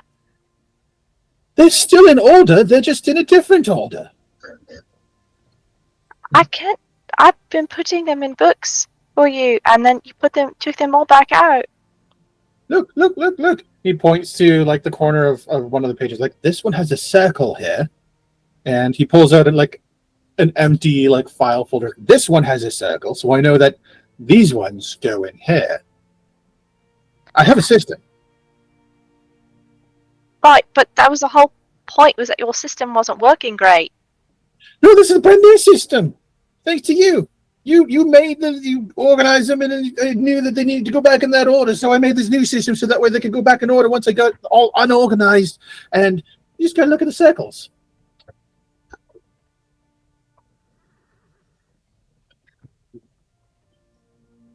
I'm not cleaning it up, but I'm glad you have a circle system. Some of them are triangles. Is any of them squares? Oh no, never do a square. Never trust a shape with only four corners.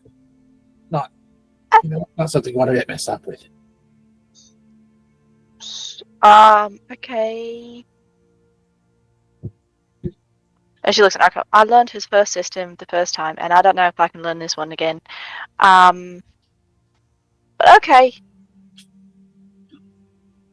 He just grins, pats the new book. Says, "Thank you."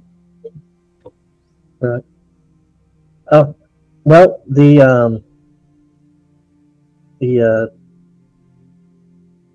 I'll need to grab my alchemy supplies to start refining the blood samples.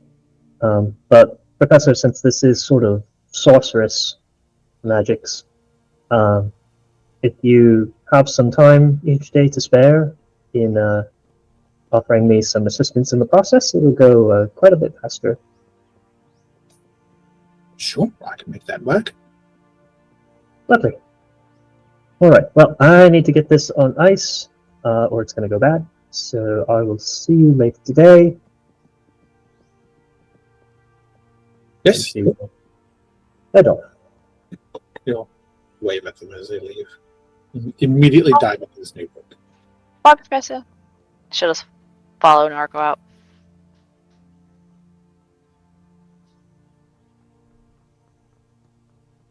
Lovely. Nariko just turns to Jade. You actually managed to keep it all organized, however briefly? I had it all in little books that are separated into different chapters.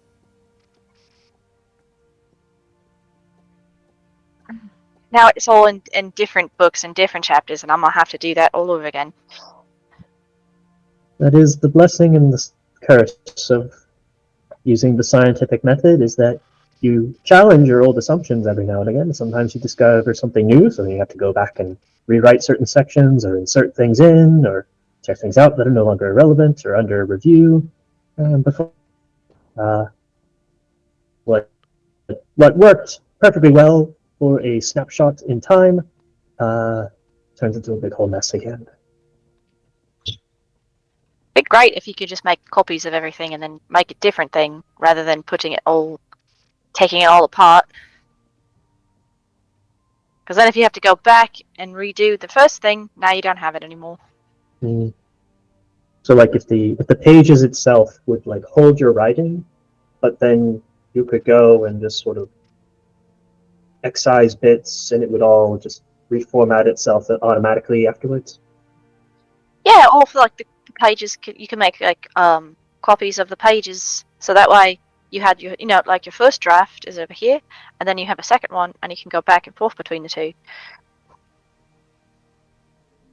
The great part is there actually was a spell in 3.5 edition that literally just did that. It was literally just a spell for like copying pages. for shit. But for some reason, it wasn't deemed useful enough to keep through all the other editions afterwards. Well, it keeps me busy at the nights that everyone else is busy, so I suppose I'll just get to that later. Yeah. Good. So that all happens on the second day. Why do you need his blood? Oh, the professor was looking at purchasing an arcane focus that would allow him to sort of increase the potency of his magic. However, it was selling for a very, very high amount. So I offered to instead make one up for him myself. And in order to make it, I needed his blood. Not as much as I took, but it's always good to have extra in case something goes awry. Oh, lovely. Blood's really useful. Yes, I try to always have a plentiful supply on my person at any given moment, or in my person rather. But I keep a vial of each of yours in my bag. I mean, what? I've never taken any of your blood any time before for any reason whatsoever. Without your permission. why do I keep picturing Ren being the one who has just blood samples from everyone? Because It he is for does. medical emergencies. It's probably In case you need a transfusion or someone unexpectedly becomes a vampire. Be prepared.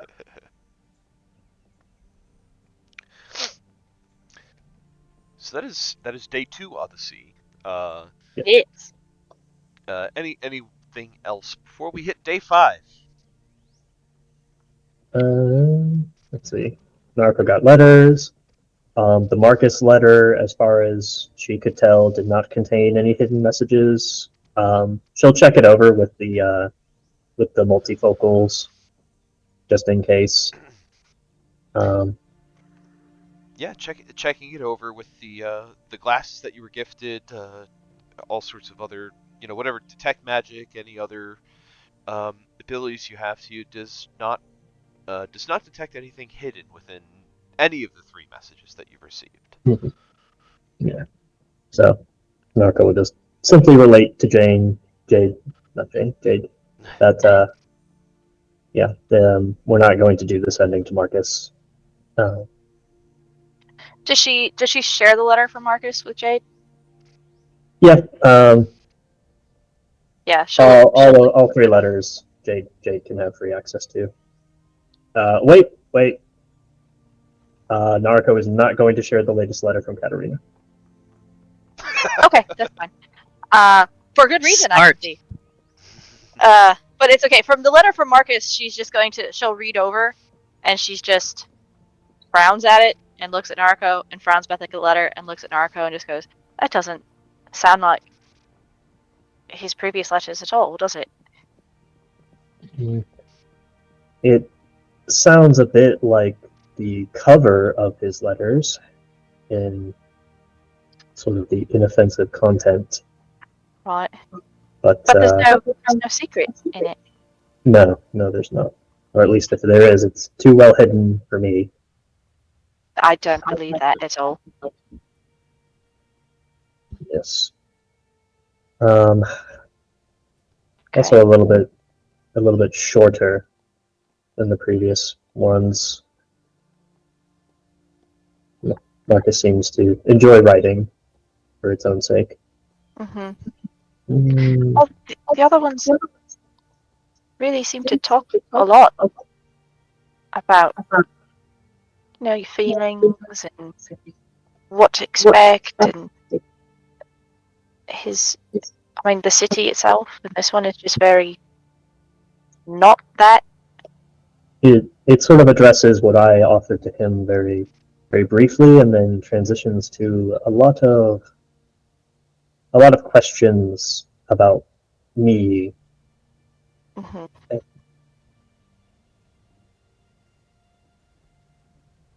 Defensive writing, you might call it. Well, We know something's wrong. We don't know exactly what is wrong, but we know something is wrong. And we will take care of it. Yes.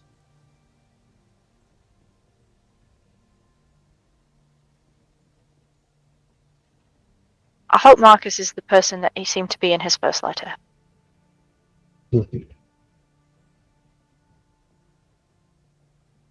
I think that if he was, at least for the purposes of, duty to the family and the company and all that, I think a marriage with him could be very workable.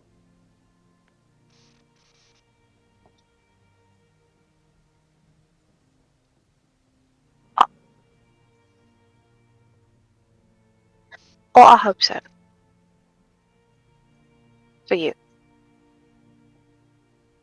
I hope you can at least be friends.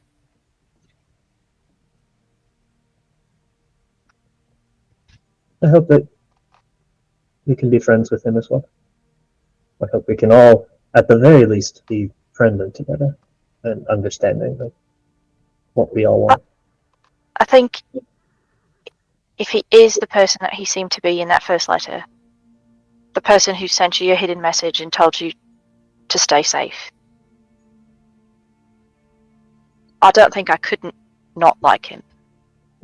Which doesn't really make grammatical sense, but I just mean I think I couldn't help myself but like him. Because Not that I want to dislike him, it's just that, he's... you are also someone who cares very much about helping people in trouble. If Marcus is in trouble, we'll help him. And if he's not in trouble, and something else is happening, we'll figure it out. Yeah, we will. Yeah. He's gonna be okay, Nariko. And you're gonna be okay too. Of course I will. I've got you, don't I? Always. No matter what.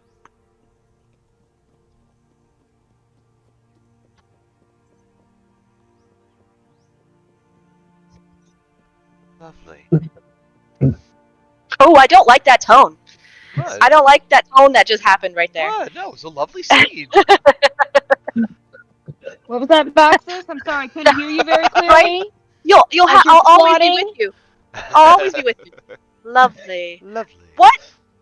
No, it was genuine. Sinister. It was genuine. Don't gaslight her. I heard that shit too. It was genuine. Anyway, Genuinely so, creepy.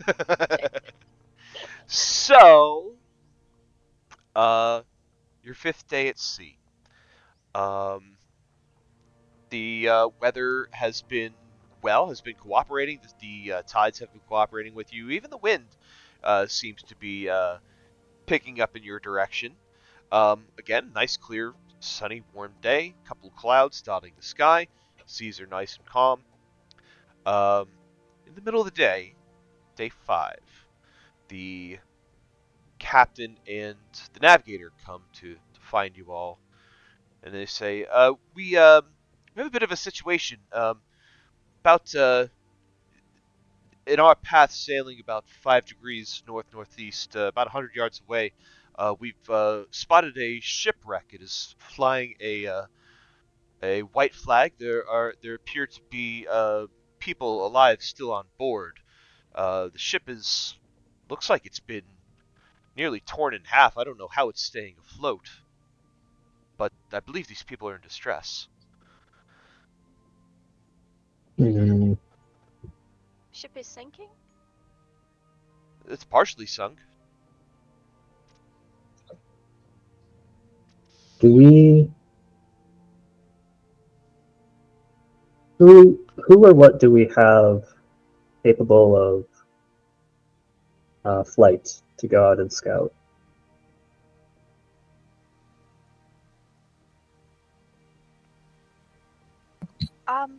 My familiar.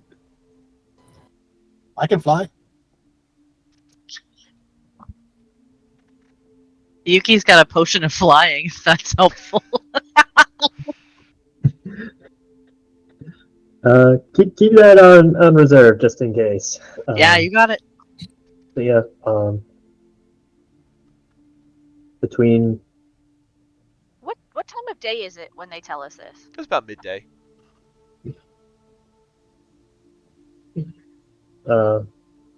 Professor Reverie, if you'd be able to take sort of a closer look, it seems very suspicious. I wouldn't want to bring the ship up too close until we know what we're doing with.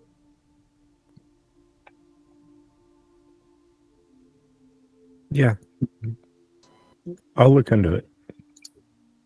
Sure. Jed, were you going to say something? I could also get over there, but it would take a while. So flying is probably the best option. Yes. Also, if there's something dangerous lurking in the waves that's responsible for the state of that ship over there, that's not to set foot in the water until we know.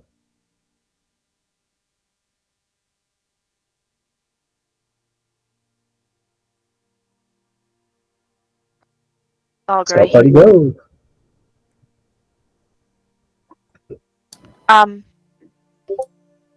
How far away is the ship? Like just from like with the captain and the captain and navigator are telling us. I know they're telling us the position, but like how far from our ship is this other ship? Is the shipwreck they've spotted? It's about 100 100 yards away. yards, 300 feet.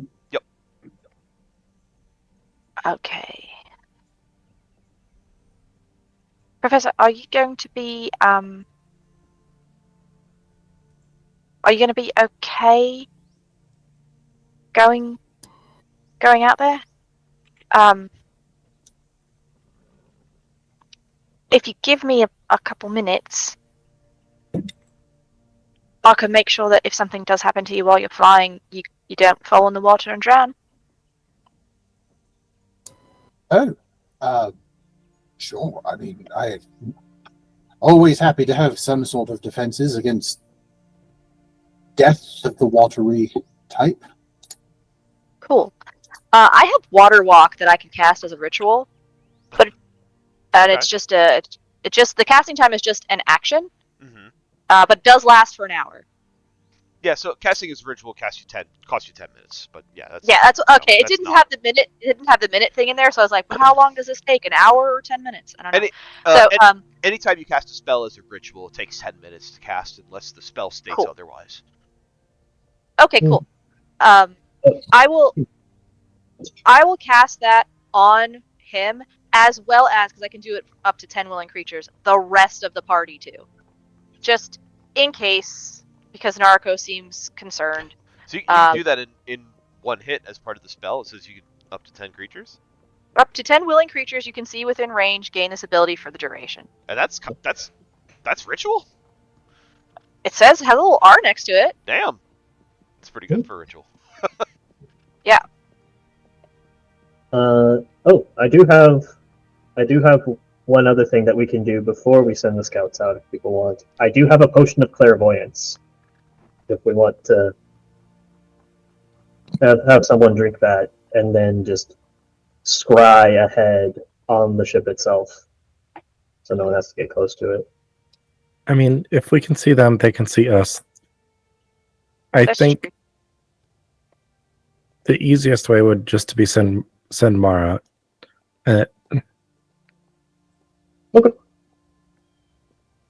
Sure. Yeah. I'm still going to cast this ritual though. Yeah, it's a good idea. If Professor was to go over there and it was a trap, that's a lot more dangerous than Mara going. As much as I hate to say it, if something happens to Mara, I can just bring her back. He is made of mana. We could send Jeffrey too. I mean, if they are free for a few minutes, he kind of looks over his shoulder towards Jeffrey. Jeffrey looks at you and has his usual bowl of strawberries out that he's picking from. Do you have like a spell focus or something where you could just conjure strawberries without material components? I don't understand. Jeffrey I believe you shrugs. are jealous, Professor. I'm I'm slightly jealous. level 3 spell at least. Infinite strawberries? Yeah. I don't know. Yuki walks Seems- over to Jeffrey and asks for a strawberry. Jeffrey kind of lifts the bowl up a little bit to you. He's probably licked them all. Yuki will take a strawberry and eat it. It's good strawberry. Pretty fresh. She will smile and say, "Thank you, Jeffrey. It was very kind of you to share." Kind of like a wag of face tentacles. It goes back to munching on strawberries. She will wiggle her whiskers back at him and turn back to the group. They taste like regular strawberries.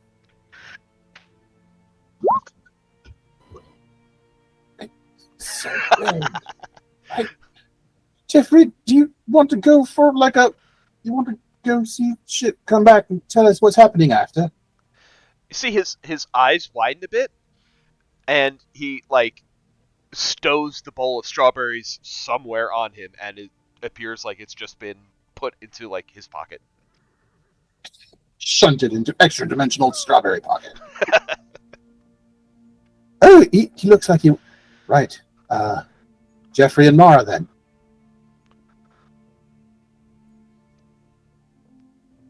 Scouting Yep. go. All right. So we send Jeffrey and Mara out. They float out over the water, and it doesn't take them very long to cross the distance. As they kind of fly over, Reverie, if you were to look through your familiar senses, which I think you still can, even at that distance, maybe. Or is it The just- wording is weird. Uh-huh. Let me pull it up again because we debate this every time. It says while your familiar is within 100 feet of you, you can communicate with it telepathically, and then the sentence ends. And then the next sentence says, additionally, as an action, you can see through your familiar's eyes and hear what it hears until the start of your next turn, gaining the benefit of any special senses that the familiar has. So It sounds like you can't communicate with her after 100 feet, but you can still look through their eyes and their senses past that. that's the way I've taken it. I know Critical Role does the same thing. We've done it that way in the past for the most part, I think. But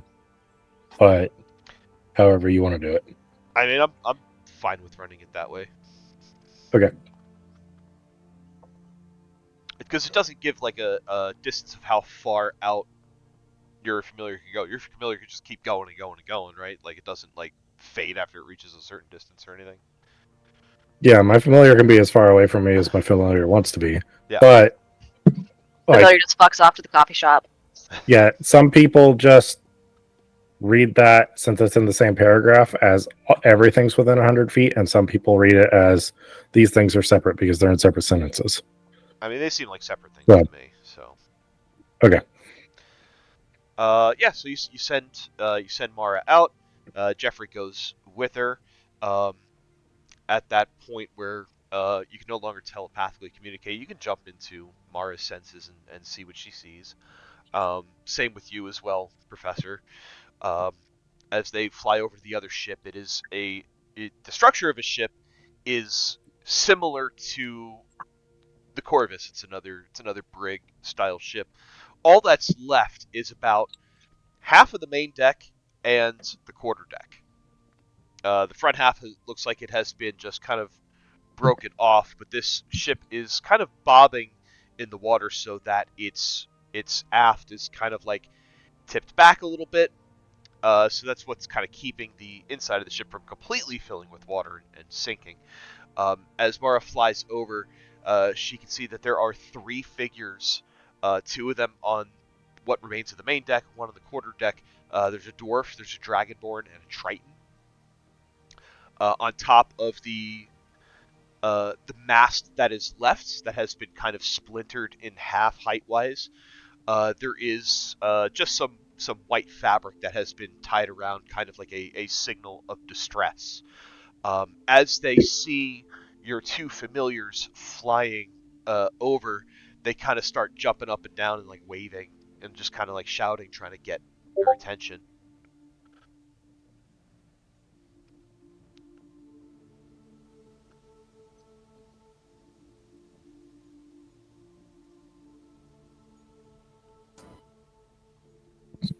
Mara's gonna keep hovering above.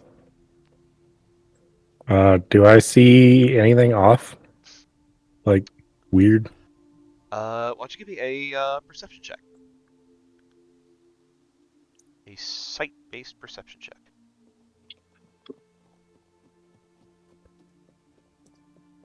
I'm not sure if Mara has advantage. I on have that kind of thing. advantage on perception. Yep. No, that's not what I wanted. I did not want to go to the rules for perception. Too bad. 23. Woo! Oh my gosh. Yeah, the rolls got whispered to me, and that is a natural 20. So as Mara is kind of flying around, hovering over, there does not appear. Where is Mara's focus? Is it on like the ship, the water around it? Yeah, That kind of- yeah, mostly the ship, like what she can see on the ship and the immediate surrounding area. So what she sees on the ship, it looks like it. Pretty much anything of value has been, either plunged into the sea or is just not present on the deck. These three sailors, they look like they're a little bit sunbeaten. Their clothes are kind of like, they look like they've been dried out by the sun. They look like they have been there for a little bit of time. Not a terribly long time, but long enough that they might be starting to suffer a little bit of dehydration. The water around the ship itself, the water is pretty clear to a shallow depth, and within that shallowness, you do not notice anything out of the ordinary.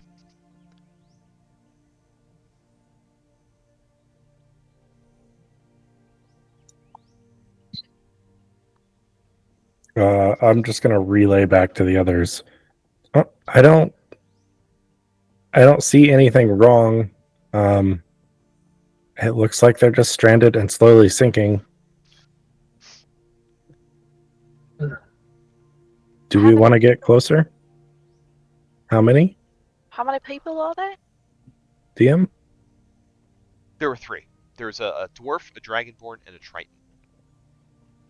There's three. There's a dwarf, a dragonborn, and I think that's a triton. Well, we should help them if their ship is sinking.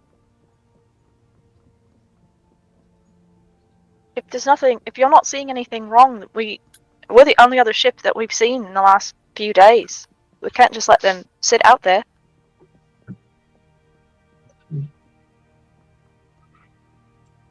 I wonder why the Triton is concerned. Shouldn't they be able to swim and breathe underwater this time? I would think so too. That's why I'm confused. But you said the other one was a dwarf and a dragonborn. They can't swim or breathe underwater. Maybe he doesn't want to leave his friends. Maybe.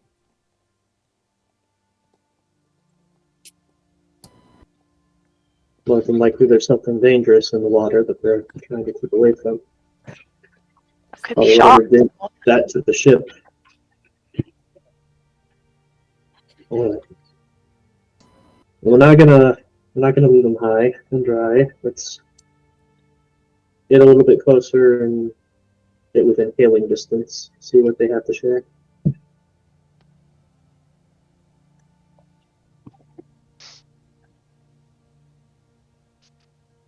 So you're going to want to order the ship to get closer. How close do you want to get?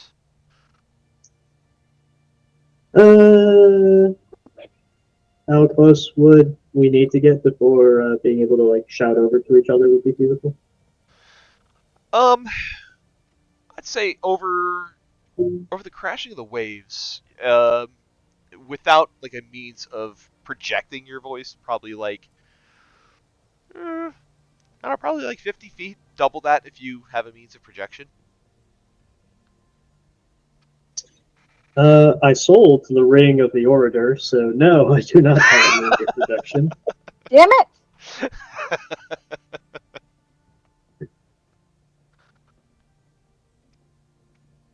It's fine. It wouldn't help because they wouldn't be able to talk back to us. So it only works one way.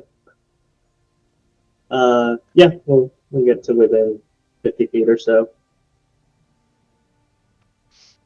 You see, they all kind of come to the railing at the edge of the ship, and they kind of wave as they see you approach.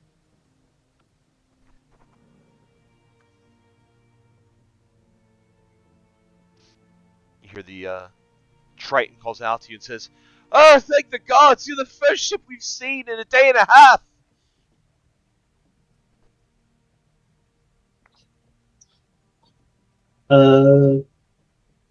Getting closer to the ship, would I be able to make a roll with carpenter's tools to assess what sort of damage might have occurred to the ship and how it's been able to keep itself afloat in this state for so long?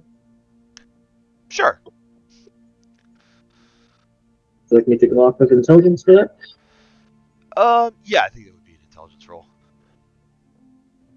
Ooh. I'm just gonna let me check here. Okay, I do have expertise with my tools. I just got that this number. Perfect. So with guidance and artisan's intuition and intelligence, and then double proficiency bonus. God. I'm just gonna have Mara on lookout duty. Okay. While this is going on. Okay. Professor, you haven't. That was a 34. Jesus. Oh my God. Level 6. Professor, are you having Jeffrey kind of hang out with Mara as well? I'm going to have Jeffrey land and offer them strawberries. They look like they could use some sustenance, and if something like Jeffrey just drops in front of them, we should see their intentions pretty quickly, I would think. So, as you have Jeffrey drop down onto the deck, I'm going to find out what that perception check is about in a minute. As you have Jeffrey drop down onto the deck, you see the Triton is kind of more interested in trying to flag you down, like desperately trying to gain some kind of rescue for himself and his companions. The dwarf and the dragonborn kind of see this Jeffrey drop down to the deck, pull a bowl of strawberries out of nowhere. They kind of like do a double take. They look a bit incredulous at the moment. They like take a little bit of a step back, but you see their eyes completely lock onto these strawberries, and they slowly approach Jeffrey, and they kind of motion like, "Is it okay if we take one?" And Jeffrey kind of just gives an enthusiastic nod, and they start kind of picking strawberries out of this bowl. And odd thing is, the strawberries never seem to run out of the bowl, which they just keep kind of picking on these strawberries. Yuki, what are you looking for? I was gonna try to like keep my eyes on the water to see if anything looks sus, but with a 10, I see water probably. Yeah, on a 10, I see probably just waves. On a 10, like with Mara, the water is underwater is visible to a shallow kind of depth. You definitely can't see like the bottom of the boat, but you can see a little bit underneath the water line, and as far as you can tell, it's just seawater. Yeah, I think she'll just, while they're having these conversations, she'll just kind of keep her eyes scanning for whatever a 10 will let her see. Just kind of, letting Nariko, handle kind of the negotiations of their um, rescue, surrender, whichever. And Yuki's just gonna kind of keep her eyes on like the scene overall to just see if I don't know she can see any traps or any nonsense happening. Okay. Narco, with your check on the carpenter's tools, trying to figure out what happened to this ship, um, you kind of look at where where the ship has been kind of like broken off, and there is some definite like there was a definite like crunching motion, like something had came and like chomped down on this ship, because you could tell by the way that the top of the deck has been kind of like broken inward, and the way the ship is kind of angled, like the bottom of the ship has been broken like upward, uh, kind of like something has been. It's almost like a bit of like a pincer kind of kind of movement here. Um, but the bottom of the ship has been angled upward just enough so that seawater is kind of like rolling inward as this piece of the ship kind of rolls with the waves. But for the most part, you can kind of glance inside and see that there are chambers that have been kind of closed off and sealed up as best as they could. It's not perfect, of course, but it has helped to kind of stave off the sinking of what is left of this ship. So their day and a half of being stuck like this seems plausible. Seems plausible, yeah. Okay. All right. Nariko will yell back, "Ahoy! How many stranded?" Just the three of us left. What happened? As you call out, you hear the Dragonborn pipes up behind the Triton. Says, "A large beast came out of the sea with its large jaws. It was as big as a dragon. It had a little lantern kind of hanging off of its forehead. You would think that you use it to kind of see at night, but it was quite cute when we first saw it. But then it came out with these big teeth and chomped down, and it took half a ship." The dwarf says, "No, no, no, you are drunk, you're seeing things. It was a giant bone monster. Nothing but a large skeleton that came up from the depths and just tore through the ship like nothing I've ever seen before." And there's kind of like an argument back and forth between the two of them. You see the Triton is just kind of rolling his eyes and shaking his head, just kind of letting him go. Can we get the ship closer so that we can get them off of theirs? I find their lack of consistency concerning. Well, if they were attacked by something in the water, it doesn't. We still have to get them off the ship. Mm. I can go get that. Right. It would be better to either send the dinghy or airlift them back over here. We don't want to have our ship get run up against theirs. It might start sinking a little too fast in that case. Oh, that's a good point. Well, maybe Professor, can you pick them up and bring them this way if you fly? He nods and does like a sloppy salute with two fingers, and then he will, without waiting for the go-ahead, he'll like get up into the air and fly over to the other ship. And he'll sit down. He's like, "Hello, I'm the professor. You've met my friend here, Jeffrey. And who might you be?" Shit, I didn't think of names. All right, they're all wearing red shirts. They're bound to not make it off of this. I don't know why. I was just like, sailor. That one's Terry, and that one's Brooke, and that one's James. There you go. His name is Chad, and he's my best friend. Terry, Brooke, and James. We'll make the Triton Terry. The Dragonborn is Brooke.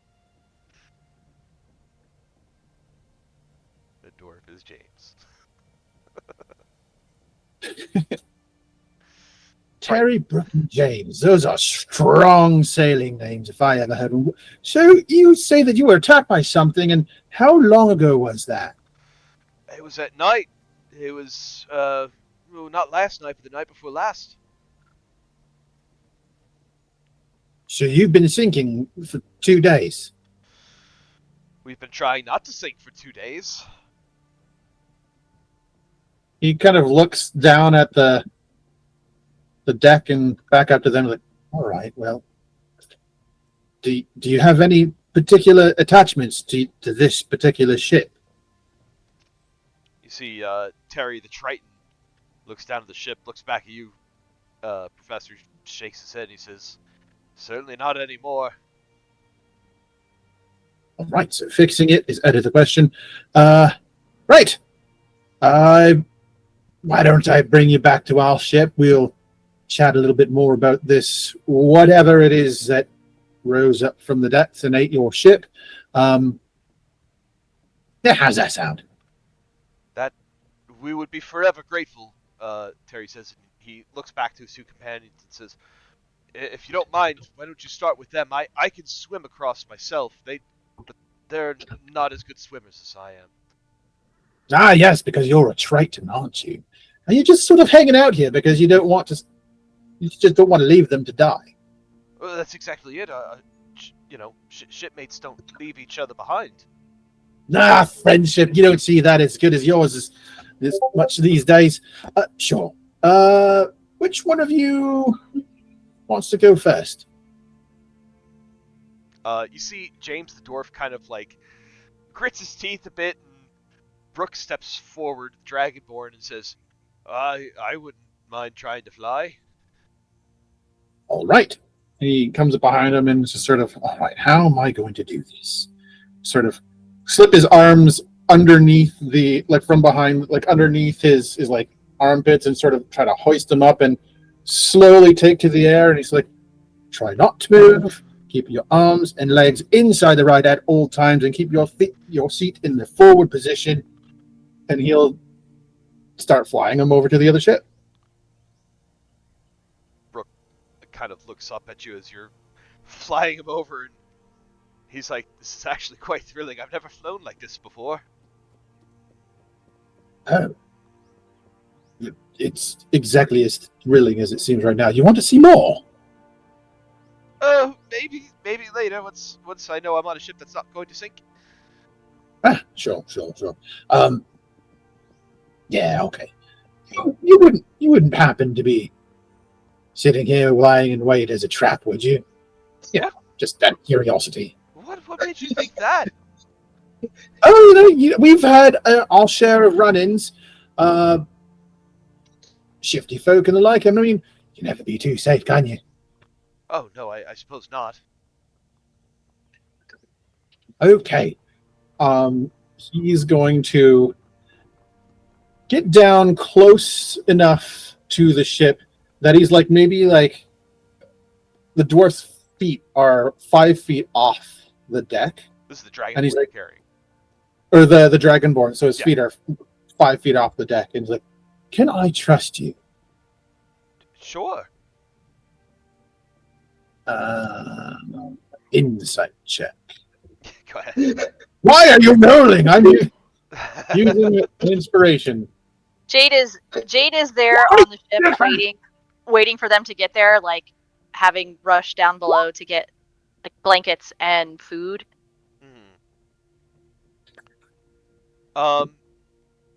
So this dragonborn has been kind of stranded for a day and a half. He looks desperate to almost say whatever it is you want him to say at this point. Not to mention he was actually genuinely thrilled about taking to the sky. Okay. I'll stay on my good side, and perhaps we can see more. We'll set him Professor! down. What? Stop intimidating the poor people who are trying to sink. Haven't even rolled an intimidation yet. He lowers him down and then goes back for the other one. All right. Which part of the deck do you want to lower him onto? You want to put him onto like the main deck, or you've also got your, the quarter deck or the forecastle area. Wherever the majority of our people are, just in case the off chance that they do something fucky, that they'll just be in the center of return fuckiness. Okay. So then that would beg the question: where do the rest of you wish to be? I suppose I'm like on the main deck. Mm-hmm. Jade is gonna be wherever it is he's setting these people down. I assume the main deck, just to keep them, like, to get them down below if we need to. Okay. Does that sound good to everyone else? Yeah, I am on the main deck trying to look intimidating. I will lower him directly in front of Ren and say, yes, my friend Ren, he is the embodiment of death. He's very, very grumpy most of the time, but I mean, if you're not an asshole, he's probably going to be okay. And then he'll fly off to the next person. Professor! Hello. Well, does he do against seeing a horse skull? Emissary of Death. Emissary of Death. With all intimidating, with your giant scythe strapped to your back, and a tiny kitten in a pouch, kind of papoosed to you. The kitten Absolutely. cancels out the scythe, I think. I didn't go to pick him up. He's doing better than he could be. There is certainly a moment of shell shock as Brooke the Dragonborn is dropped onto the deck, kind of looks up at you, and there's a bit of a tremble in his voice, and he goes, "Hi." Welcome to the Corvus. Jade will rush over with a blanket. Thanks. Come this way. Come this way. Come sit. I'll have food for you. Thank you. And he'll kind of sit down on the main deck. Meanwhile, Professor goes over and goes to. Are you picking up the dwarf? Yes. So you grab the dwarf, and he goes, all right. That didn't look too bad. Oh, it's really quite fun. All right, I'm ready. And he'll do the same thing and hoist them up into the air and over to the other ship. All right, great. So you bring him over as you lift James off the deck of the sinking ship and start bringing him over. Terry kind of watches you as you take off. You see he dives into the water after both of his companions have been lifted off, and he will swim the distance to your ship and begin climbing onto the deck. Question for you, Joe. Yes. The state of this ship opposite us. Does it look like anything of interest survived in the half of the ship that remained afloat? Like, I don't know, cannons. No, there are no cannons, or if there were cannons, they are no longer there. Worth a try. Okay. So you bring these three on board. Terry the Triton kind of approaches you all, and he says, "Wow, I gotta thank you for the assist. That's really, really kind of you." Oh, I couldn't just leave you stranded in the middle of the ocean. I appreciate that. So, Where sorry? where were you sailing to? Oh, we were actually sailing towards Wayburn Port. I heard that was the place to do a bit of trade, so we thought maybe we'd spend some gold there and see what we could find. What do you trade in? Oh, anything interesting we can get our hands on. We like textiles, we like spices, we like trinkets, anything that shines or sparkles. Oh, you're merchants. Yeah. Reverie and I brought textiles, silks from Wayburn Port. to Crystal Cove the first time we sailed. Oh, is that so? Yeah. Here, I'll have some food for you. Oh, thank you. Uh, what are you all doing out here? Where are you heading? We're sailing to Averil. Averil, really? Mhm. Ah, Like it's not opposite direction, I suppose. yeah. Ships passing in the night, as it were, huh? All the daytime. It's midday now. Well, yeah. Where She's did talking you to come them. from? Oh, we actually sailed from Silvercrest on Averil. Oh, how was it there?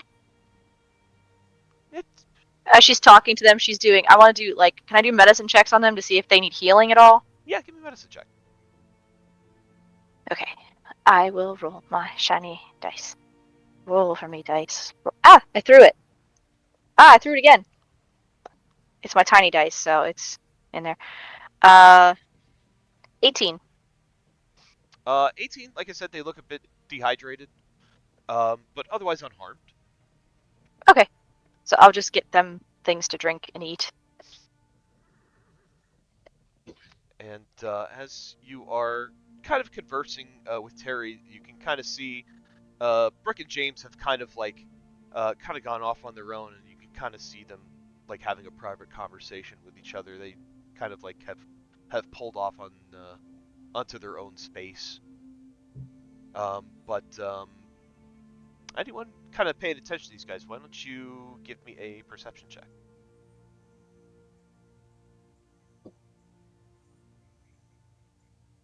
I got 2 higher.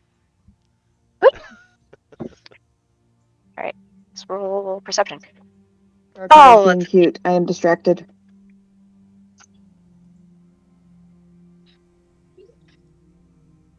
26 for Jade. Well, it seems that their time at sea has not made them very secretive, because each of you can kind of hear what they're saying to each other. They think they're being quiet, but they've been on the loud ocean for a while, so they're talking louder than they think they are. You can kind of hear a bit of whispers between the two. They're pointing at Ren, and they're pointing at Jade, and they're kind of saying, these guys, they look familiar. I think we've seen them before. Me? And Ren? Hmm. You hear them make mention of Ren's antlers and your large hat.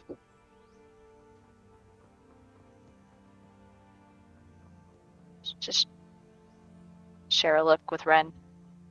I find them unreliable if they are only thinking they have seen us before. You would be really hard to forget, Ren. I would think so. Maybe they saw someone who looks like us? I also find that difficult to believe, particularly in each other's company. We are a unique pair. We are. We're best friends. I Not as thought the best friends as you professor and the was my professor are best best friend. friends. You and the professor are bestest of friends. We're just Ah. best friends. Regular best friends. Acceptable. Yes. As friends of the first degree. Yeah. We're friends twice removed. Best friends twice removed. Does that work?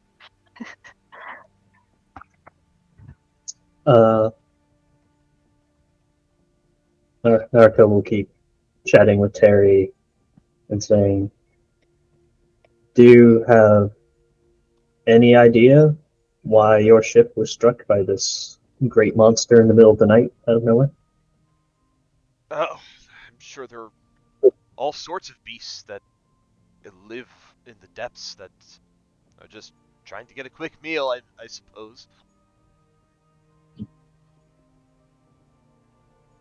Were you one of the officers of this vessel? I Crew? Passenger? I was the navigator, yes.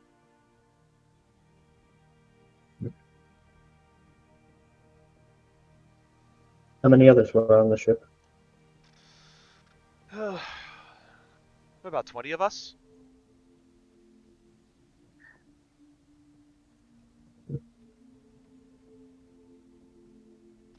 I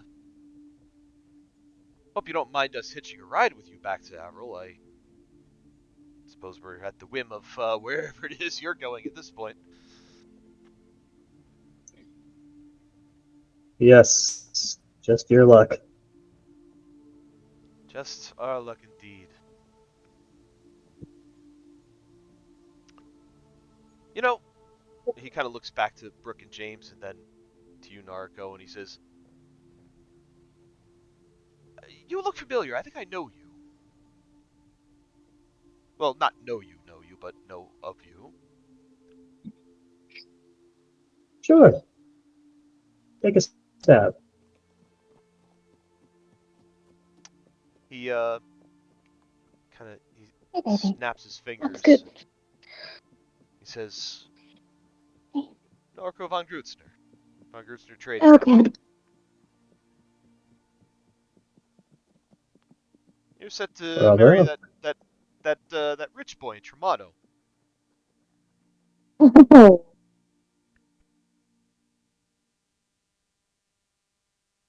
My word gets around. And where did you hear of me and my likeness? He again looks back to his two shipmates and then looks back at you, and he says, and you see he pulls out a little item from his A pocket. water toaster? No, looks like a whistle. Pulls that item, looks like a whistle, but he does kind of say, "Yeah, from a wanted poster." And he blows on this whistle. The rest of you cannot hear this, but Professor, with your vulpine ears, you you still retain some of that sense. This is kind of like in the same vein of like a dog whistle.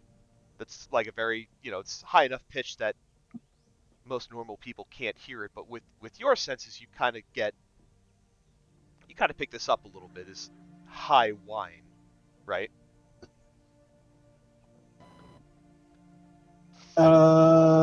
He like winces and like closes one eye, and he's like, "Why would you need one of those on a ship?" And immediately his hands open and like little blue motes of fire like erupt in his hand, like he's readying a spell. Oh, initiative is started. Uh, Joe, Yeah. I'm still looking and listening through Mara. Does Mara hear that as well? Yeah, oh yeah, Mara would hear it too. All of your pets and familiars would hear this as well. Man, Jade is so blissfully ignorant sometimes. Are we supposed to be on a different map right now? Oh shit. Because right now I just see the regular world map. Yep, Yeah, there you go. same. Oh, hey, everything's there. Hey, that's what Oh one my is. god, I'm like playing with tokens as you guys are like doing it. I'm like, hey, this is cool. You're adorable. Well, Totally I mean, wrong we're doing what we're doing. That was a very good performance. We enjoyed it immensely. A little For theater of the sure. mind I doesn't think- hurt, right? So, unfortunately, Jade really does think these guys were in distress and needed help, and they've been acting like they were in distress and needed help, either very well or actually were.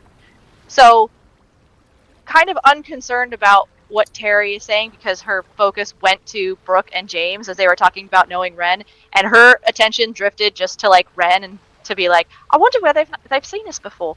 Maybe they saw they said they were going to Waben Port, and it's just like that conversation is just happening right now.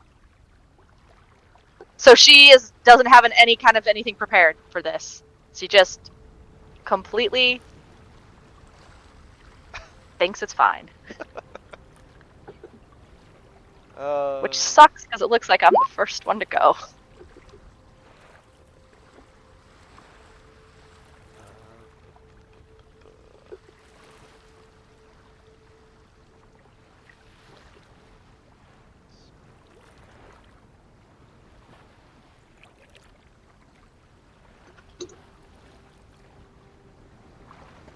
Hold on as I set a few things up here.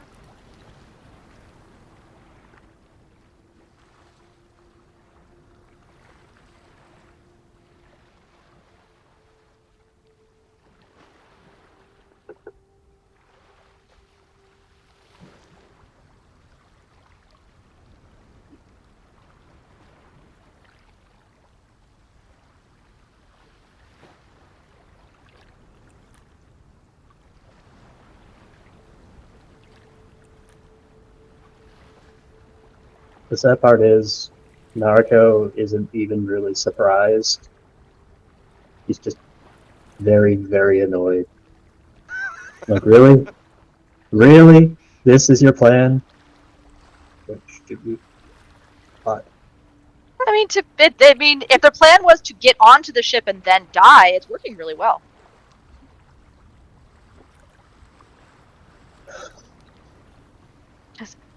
We want the really dramatic exit for our life here. Well, we're Oh, all they're look, gonna Spirit get it. Guardian.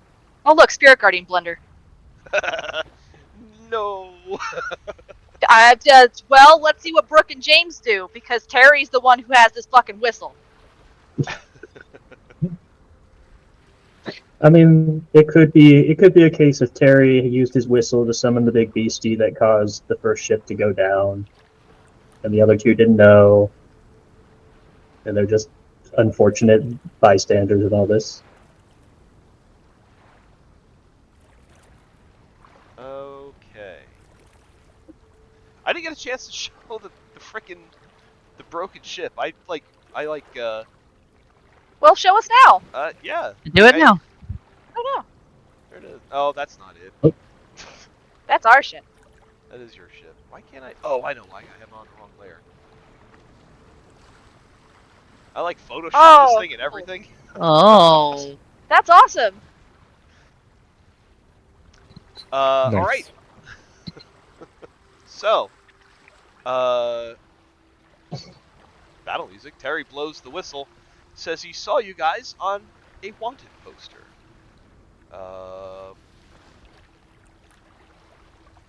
Professor's hackles get up. Nariko chambers her rifle. Some flames erupt from the professor's palms. And Jade, you suddenly realize shit's going down. And you are first to act.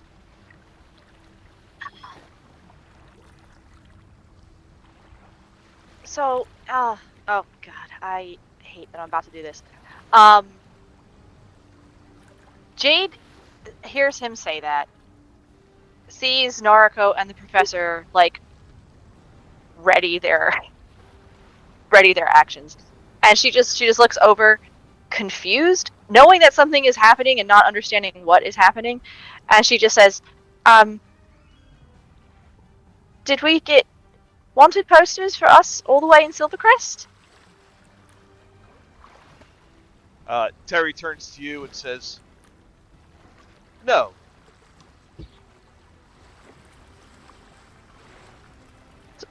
Did you get one on the ocean?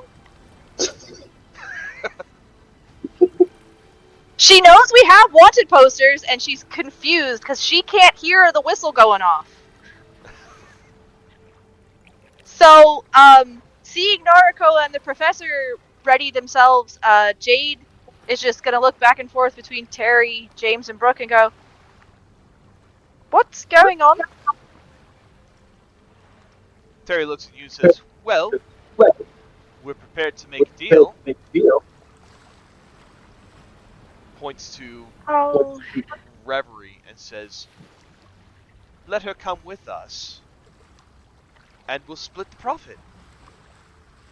Jade looks extremely disappointed for a moment and goes, "That's so unfortunate," and immediately casts her Twilight Sanctuary, and her feet lift off the ground. So that's 30 feet of dim light all the way around us, and everybody is gonna get some hit points. Also, don't forget to make sure your tokens are updated with your correct hit points. They might be Oh, let updated me check since we mine. had Mine is. level ups and things like that. Whatever else you guys might have.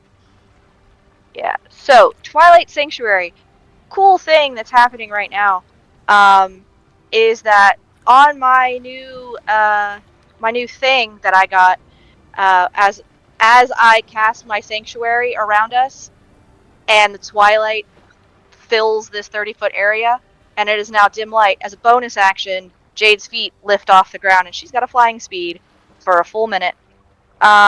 So let's have that stuff going on. And you're all going to get. Let's roll my d6. Oh, just dropped all my dice. Come back. Come back, dice. There you are.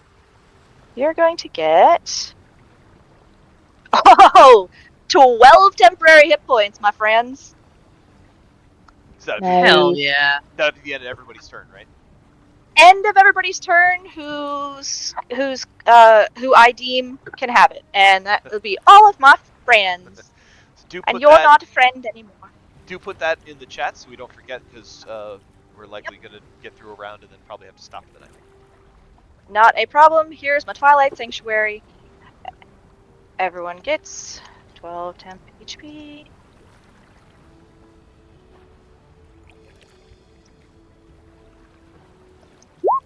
So Jade says, "That's unfortunate," and that's the end of her turn as she does all that. Alrighty. That will bring us to Reverie. Terry is the one who's been doing all the talking, correct? Terry is the one that has been doing most of the talking, yes. Oh! There's one thing I forgot also to bring up. Sorry to interrupt. We'll have this go after your turn. If you guys check up here, I have hit point totals for the different parts of the Corvus. Ooh, very cool. Nice. And I forgot to put the Corvus into initiative. So Corvus is going to automatically get a 20, and we'll say it'll go after Reverie's turn. I would hope that Reverie has more dexterity than it is Battlefit. True.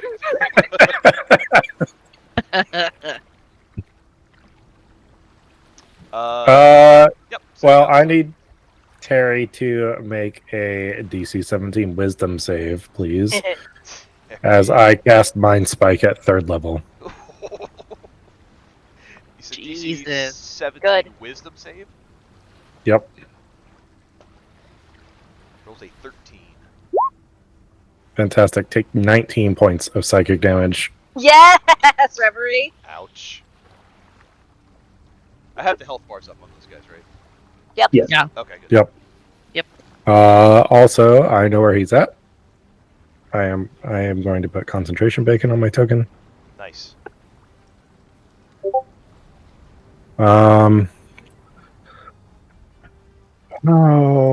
Okay. These jerks. 5. Nope, I don't want to move out of the darkness. 5, 10, 15, 20. 25. 30. And that is my turn. Alright. Corvus gets some actions. So, actions are, you can fire cannons, you can move, you can use a naval ram. Firing cannons towards the inside of the ship might not be ideal. Yeah, maybe not the best idea. Probably not. So I don't know if you guys want to have the Corvus take any actions on this turn. Evasive maneuvers. Okay. Because whatever's being summoned by the whistle, it's probably gonna come up from underneath. So if we could not be a sitting target, that would be lovely. Fantastic. Cannons are to be at the ready to shoot anything incoming. Okay. So let's see. So the Corvus has 55 feet of movement. Let's say I'm gonna roll a d20 above the board here. Well, you can make the decision. Are you having the Corvus sail with the wind or against the wind, or kind of neutral? I will say neutral for now, since I don't know what we might be trying to maneuver around just yet. I just want us to be at speed, Okay. so that we can adjust course as needed. But let's not just be standing still, which is what we were doing before. Gotcha. All right. So the Corvus takes a movement, holds an action, fire cannons. that kind of what you're going for? Yep. All right. Terry's gonna go, and Terry's gonna say, "So, I guess you're not taking the deal then, huh?" We didn't take it last time. Why would we take it this time? He shrugs and he says, "Fair enough. She's the only one we need to keep alive," and is going to take a dagger and 2 rapier attacks against Jade. Yeah, that's not gonna make it easier on you, friend. Yeah, it's definitely not. None of the stuff I'm doing right now requires concentration. The dagger is 22 to hit. 22 does hit. RB imposes disadvantage. Disadvantage. That makes it a 10. Miss. Uh, God, I would hope it was a miss. Even a wizard, I would hope that was a miss. First with the rapier is a 21. That does hit. That is going to be 10 points of piercing. Okay. Second with the rapier is a natural 20. Guardian emblem. All right. So the spectral butterflies burst around Jade and turn that into a regular hit. Gotcha. Oop, that is. It's going to be another 10 points of piercing. 10 points of piercing.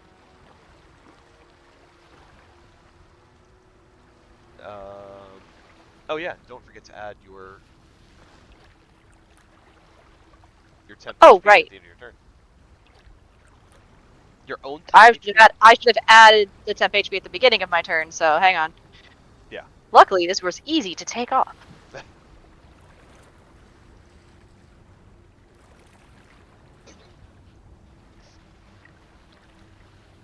So that 8 through my temp HP, and I have a little bit of a cut across an arm here. Okay.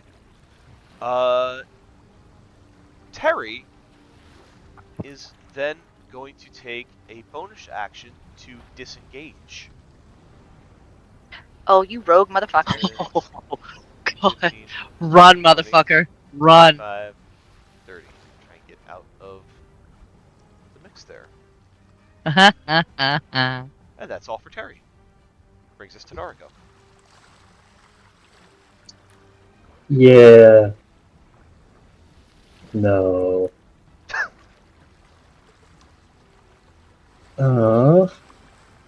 Let's see. I think.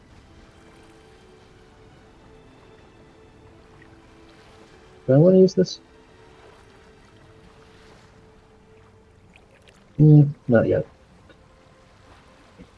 Yeah, we're gonna keep it simple. I'm gonna shoot at him a couple of times with the rifle. All right. I'm gonna do some sharpshooter.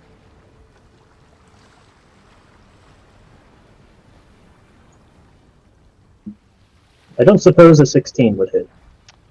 A 16 just misses.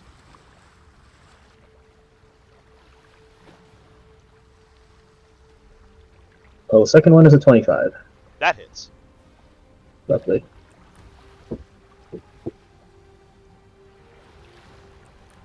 That is going to be 28 points of piercing. Damn. That was max damage. Holy shit. Pow! Take a chunk out of his arm. Blows like a piece off of his shoulder as he's trying to kind of maneuver around the ship. Clearly, you didn't hear enough. Just gonna move back here up onto the forecastle so she can get a good aim on everyone. All right. LP. No. No. No. No. No. And his attack, that is a 27 to hit. Oh yeah, that hits.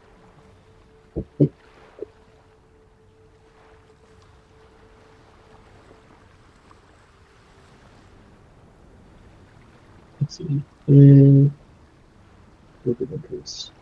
That is 8 points of force damage. 8 points of force. Alright. Anything else? That's all. That'll bring us to Yuki. Alright, so this motherfucker comes on our ship, starts some bullshit, hurts my friend's ears, try to call some other bullshit, then attacks my friend Jade. Absolutely not. Absolutely. Then tries to run away. That's hilarious. You can't run away from Yuki. Not that she has to go far to get you, but she would. She gonna get you. She gonna fucking get you, because She'll get we're gonna bonus action pop that gauntlet. Okay. We're not playing around with this motherfucker. No, we don't play. So first, skippity bat. Okay. That is a 12 plus 9. That hits. Yay! About to No. murder this guy in front of his friends immediately. Oh, question. Immediately. Point of order. Since I hit him, that would be a melee weapon attack, yes? Yes. Cool. Can I use Stunning Strike? Yeah, absolutely. Yeah, you can. Cool. Con save, DC 14. Okay. Give me the damage on your hit first. Okay. Neville, remind me that's... So your skibbities are doing a d6 plus your Yeah. modifier, and then the tattoo Well- on top of it does, what is it? It's either, I think it's a d8. Let me D8. look it up. Hang on. I could just go... It says on there what it does. I could just stop being a lazy fucking look myself. Another D6. D6. Alright. That's every melee attack you do. So Yay! Alright. So then we'll roll some D6s. Oh no, we'll do the first one. And that is a 3 plus 6, so 9. 9. And then And then we need Gauntlet throws on an additional 3. So that's Oh. 12 points. Okay. And then second skibbity bap. Before Oh wait, you no, do this, that, you wanted Stunning Strike. before you do that, we resolve the stunning strike. Your DC is 14 DC 14. on a con. Con. Terry is stunned. Yay! Amazing. You're also probably just gonna get murdered, but that's You- okay. Yeah, he's about to get murdered. So Terry is incapacitated, meaning he cannot take actions or reactions. You're breaking up. Right. You're But now- so robotic right now. Oh no! Yeah. I didn't do anything. You're Nope, good now. back- back All right now. So Terry Yeah. is stunned, Yeah. which means he is incapacitated, cannot take actions or reactions. The stun Cool. condition also means that attacks against Terry have advantage. Terry also automatically fails strength and dexterity saving throws. Yay! You're so fucked, my dude. He also cannot Cannot what? cannot move and speaks only falteringly. Cool. So my next attack then I would roll with advantage. Nope. Correct. correct. Cool. That's a 17 plus That is. 9. That is. Right. First, we'll do 12 plus to 14 damage for that one. So that was your second attack.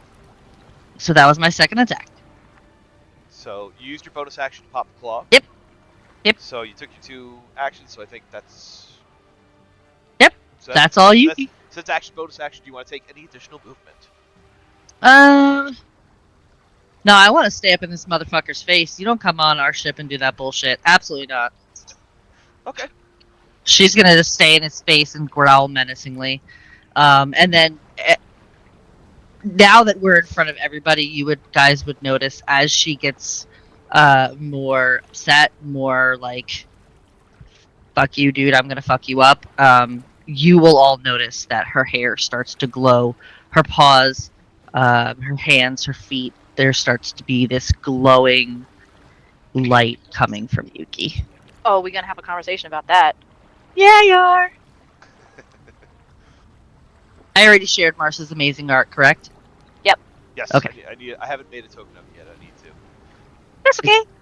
I know we're. Is that all for Yugi? Yeah, that's it for Yugi. Okay.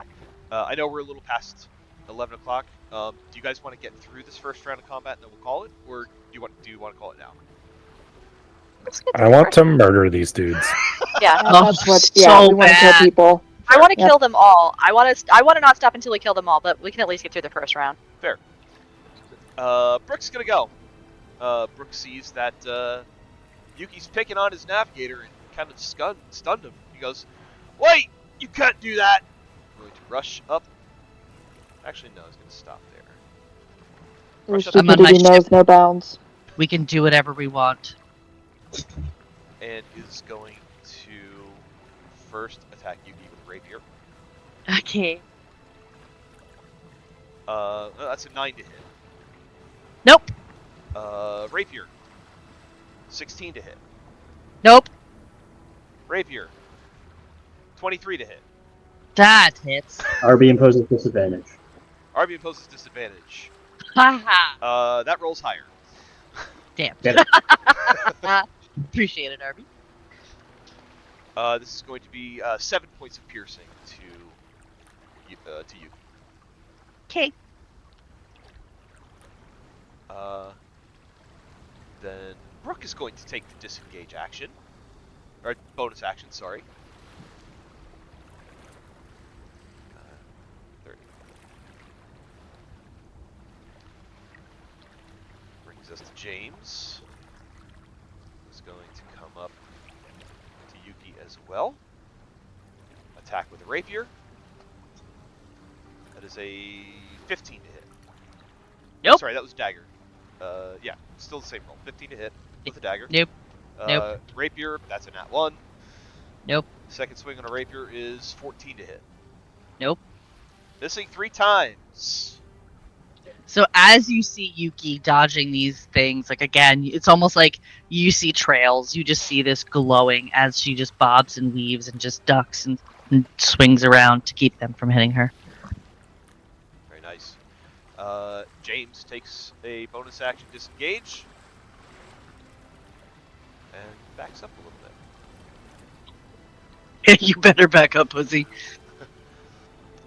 At the end of James's turn, the clouds in the sky begin to part.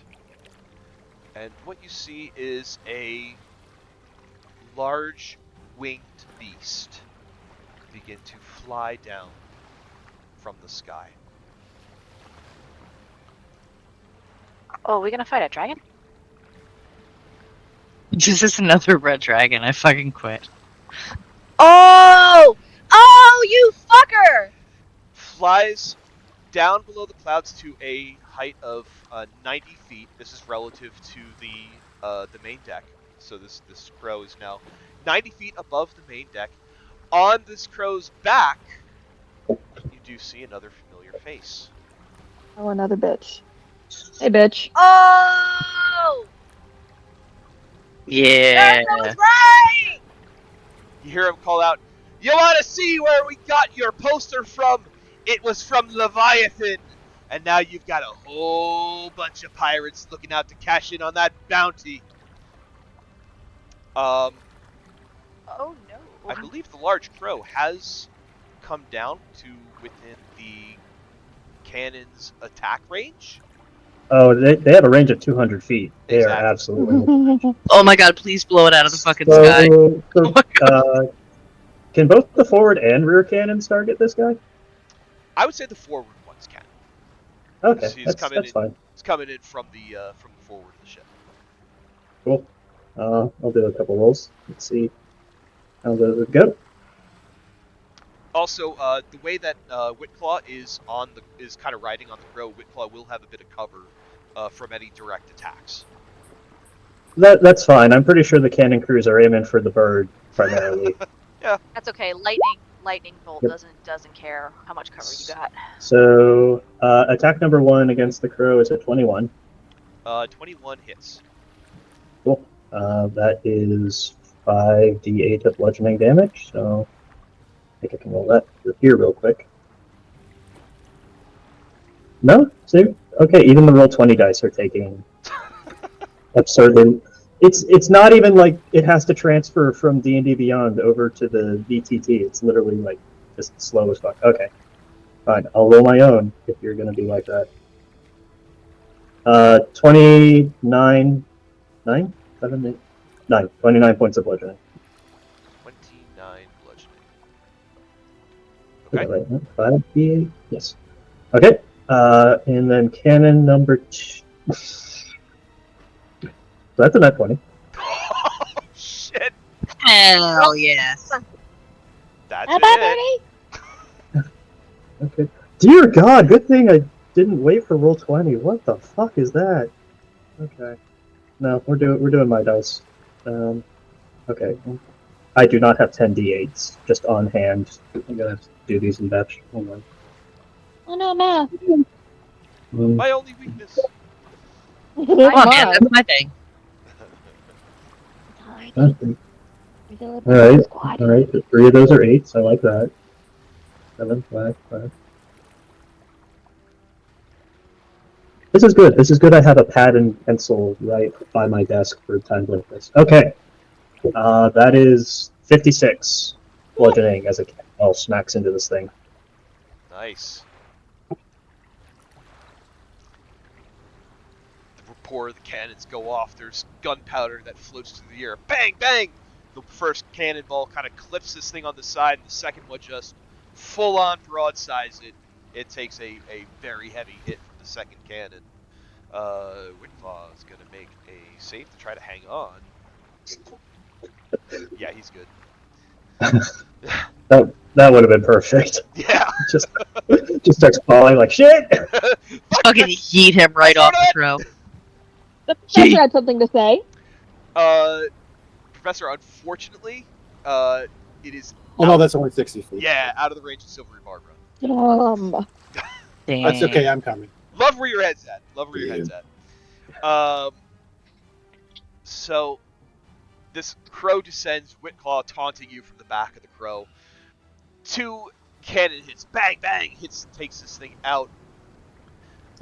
It flies to within 90 feet. It's kind of, so where it is positioned, it is 90 feet vertical, above the main deck from that point. So you're, I forget if I put in the stats that the, what the height of the forecastle quarter deck are. Did I put stats in for that? I don't think so.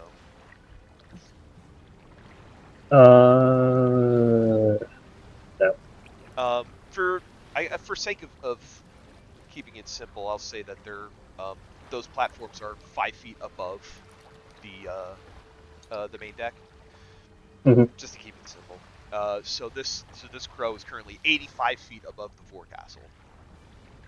What's it gonna do? There, that's within range.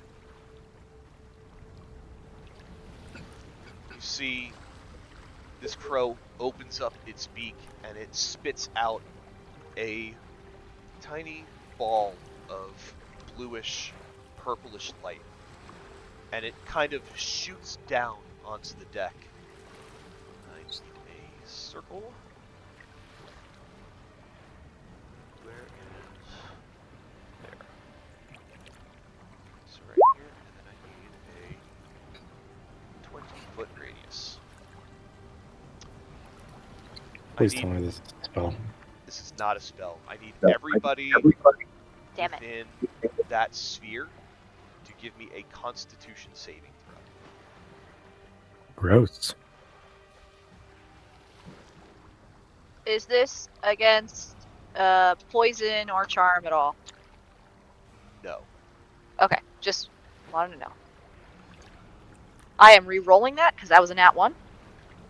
And as per our custom pets, Charcoal and Sharon, are immune. They're in their Yeah, they are. pouches. Charcoal's They're in in the their safety bag. Hey, They're does this crow have any draconic elements to it? draconic? Well, that sucks for me. Just checking to see if I get an advantage. As a matter of fact, yes, it does. Okay.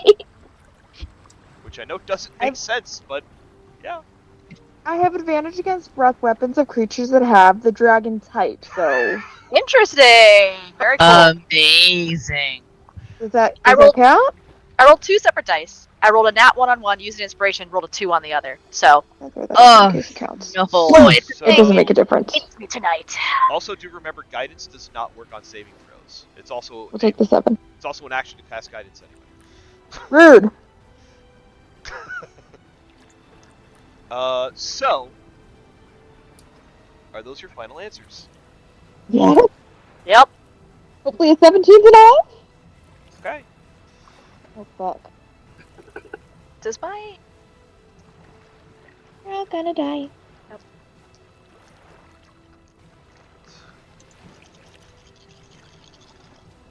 From the point at which this little purple thing hits the mat, it explodes out into a sphere of dark, cold energy.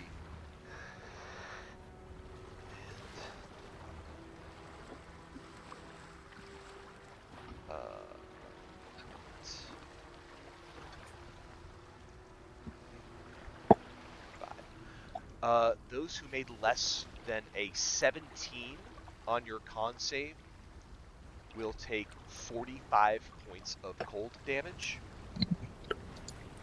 Okay. Half on a success. Half if you got 17 or above. Okay. So half would be Everybody 22. down already?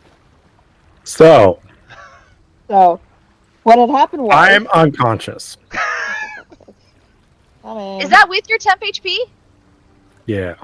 Fuck. Oh, yeah. Wait. Because you got 12 temp HP. You already took your turn. Nope. I forgot to update my max HP for the level up. I have. Yeah. That's important. Oh, That's very important. I literally You have have- that. I have 3 HP. There you go. Hey. hey, Woo. you're still up. That's what matters. We'll need a concentration check on that mind spike, though. I mean, I guess The DC of that is what, like a 22? Yeah, it's 22. something ridiculous. Yeah. Something that I can't get even with a nat 20. Okay, it's good. So that's the crow's turn. That will bring us to Ren. Ren's eyes are gonna flash at those 3 sailors, but he's gonna turn and go help out Reverie. Gotta deal with those bitches later. Let's do level 3 cure wounds. So roll go. Not too bad, not too bad. Reverie can take 19 points back. Thank you for the 19 points of healing damage. You seem to be quite popular with all the wrong people. It's starting to make me angry. Reasonable. And turn. Ren, get your 10th HP. Oh fuck yeah, that's a good idea. After your turn, Ren, it is a good thing that the Corvus moved. A pillar of water starts to emerge at the aft of the ship. And you see a large, yellow, rubberish head start to peek above the waves. Motherfucker, I was gonna say No! rubber duck. God damn it. Oh, God. Oh, it's got the Moby Duck. I love this thing. I really love this thing. I do. On its back, you see riding 2 other kind of waterlogged associates. It begins to float your way. However, Uh, those two back cannons have a held action. Okay. First one is a 13. 13 will miss. Okay. Second one. Okay, again with the 20. Sure, why not? Let's go. Nat 20? Yeah, alright. Motherfucker. I need to go to bed. Sorry. Stop making me roll more dice. 6, 7, 8, 9, okay. Oh, Go. Alright. Math. 48. 48 damage. 48 damage. Ooh, that's a nice bit. Duck. Does that thing have 300 hit points? It's got a lot. It's got a bit. Hey, there's a reason why I gave you cannons. You gave us nothing. Well, I gave you the opportunity to buy cannons. Get him, Neville, get him! Kind of uses it had to use its full movement and action to get that far because of the evasive maneuvers that the Corvus took. So it can't do anything else this round.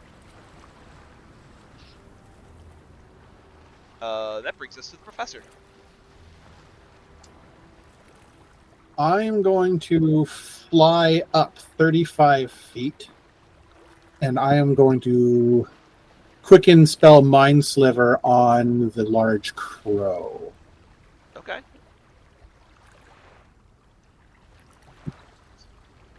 Intelligence save on a crow. Shiny? What? Intelligence save. Wow, it actually doesn't have proficiency. It's like the only save that doesn't have proficiency. I probably shouldn't say that out loud. It does fail. Good. That'll be minus 1d6 on your next saving throw because I'm going to fireball that shit. Yeah, yeah, you are. Yeah, you are. Woo! Oh no! Oh Hell yeah! Oh no! Okay. Dex save for the crow. Oh my god, it nat 1. Yes. Oh, God. hell yeah! Fireball is addressed to whom it may concern. You bitch. Captain James does succeed on a 19. How do you succeed? This is just, I know there's mechanics, but how do you succeed on a dex save when you're on the back of a crow and there's this 20-foot sphere of fire around you? I'm interested to see how he's gonna fly on a roasted chicken, but go on. Finds the cooler spots to duck into. I don't know. I imagine that he has enough of a thing that he has. You are cutting in and out, and I cannot hear you. Oh no. You sound good. Yeah, now you're better. Oh, okay. I just imagine in those scenarios, it's one of those things like where it's a flash of fire, so he had just enough time to like whip something over his head so he doesn't get completely burned alive. All right, I'll silvery barbs that shit. He's really good at stop, drop, and roll. Oh yeah. Silver barbs. That is going to make it another 19. Of course. Damn. Okay. Who do you wish to give advantage to? Who's going to need advantage? I'm going to say Yuki. Do it. Yuki. Got it. Yuki, I'm going to give you a little bit of an aura to remind you that you're going to have advantage on your next d20 roll. Is that all for Professor?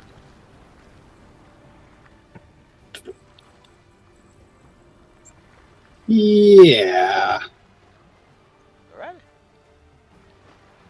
So we see this lizard folk who looks very attractive.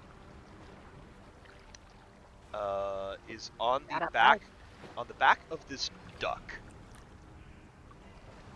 What's he got? This lizard folk Actually, I don't think that's gonna work. Hang on. Didn't mean to do that. Yeah, no, that's actually not gonna work.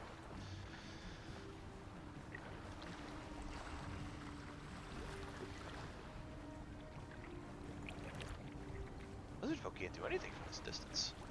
So lizard folk's gonna jump into the water and swim.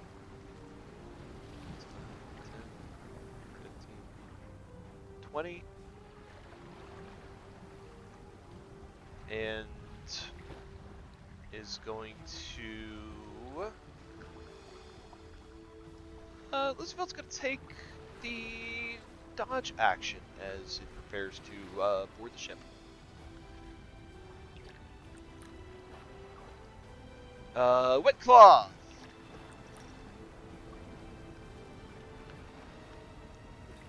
He looks at you all and you see his tentacled face kind of opens up and his eyes roll into the back of his head. He starts chanting something in Abyssal.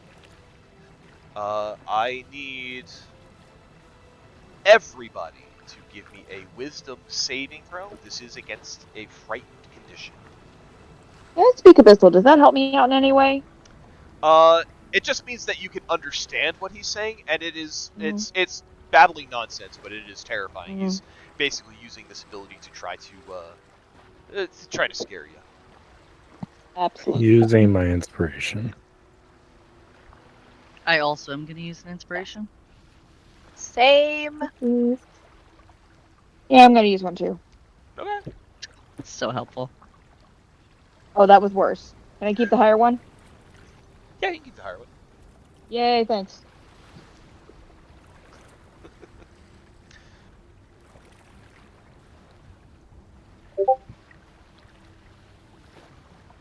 Professor. So it looks like nobody got below a 14. Nope. You are immune to Captain Whitclaw's frightened ability. Nice. Fuck yes. For forever. Well, at least for the next 24 hours. Yeah, for the Well, rest he's of not his life. he's That's not how gonna long live it's gonna that work. long. He's not gonna live that long. That's what we all just said. For the No. rest of his life, we are immune.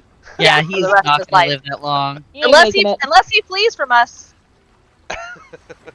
Man, we have a habit of hunting them down when they do that. And we're going to. Yeah, we are. They just. So that is the end of the round. It is at 11:30, so probably gonna stop there for the evening. Yeah, we God probably damn gotta it, do that. woman! Oh my goodness! I cannot believe. So good. Welcome back, everybody. Yep, we're back. We're back. We're back. I'm gonna have We're words ready with to. Lorelai. Huh? I said I'm gonna have words with Lorelai. Yeah. Look, I just run Leviathan. I'm not there every day. Your sailor's an asshole. This is a problem. Pirate. Also, kind of technically not hers because he couldn't get an audience. He couldn't get an audience with Lorelai, probably for a good reason. Because he's a bitch. She's a little bitch. On Nariko's next turn, she's going to taunt him with the fact that he apparently is a captain but doesn't have a goddamn ship. Yes. Oh man, I haven't even used any of my spells yet. I'm about to though. Nominations for this evening. Jade? Yuki was holding down the fort real damn well. Yeah.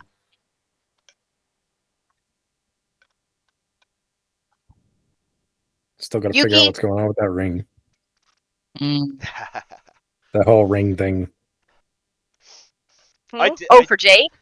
Yeah. I did like Reverie kind of poking around on that and getting to the point of nearly intimidating David. David. And that was I pretty. pretty hot. I look forward to Reverie's interrogation of David one night. That was pretty hot. Super hot.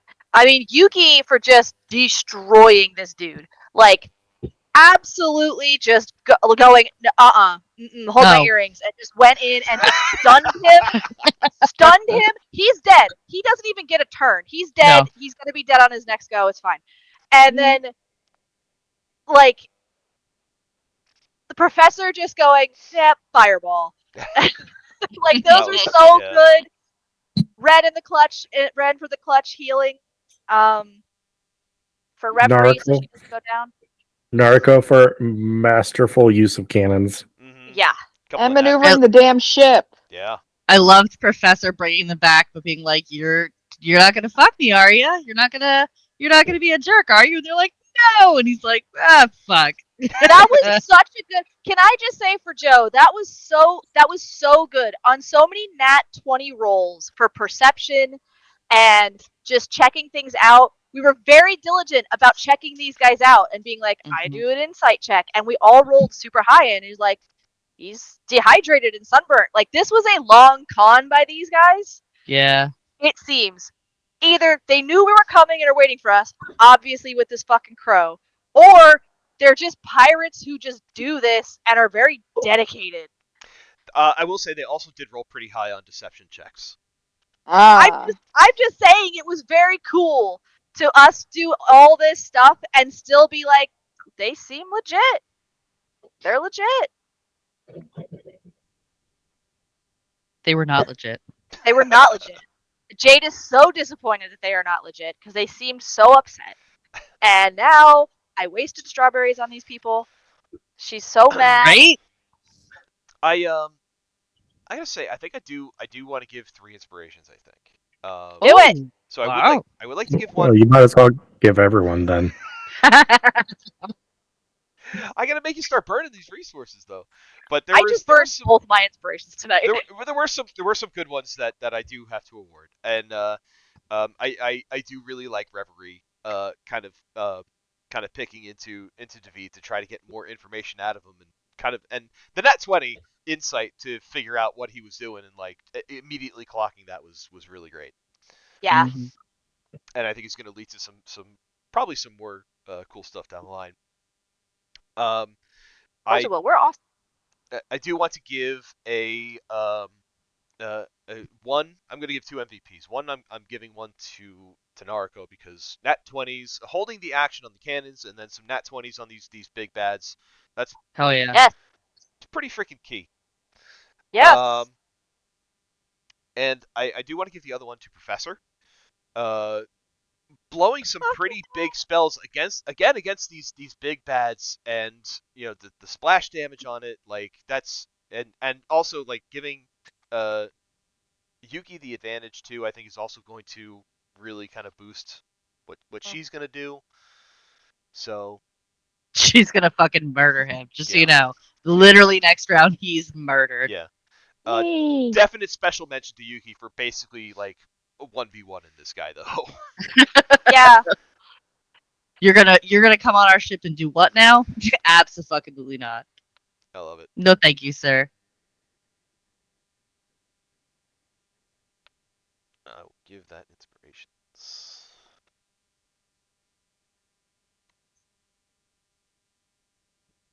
This session is called Traps and Tea. I want you all to know. Yep, that's fair. God. This guy coming back. Going to die. So mad. He's got that thing where it's like, I couldn't do the thing I wanted and you could, so now I'm gonna be mad about it.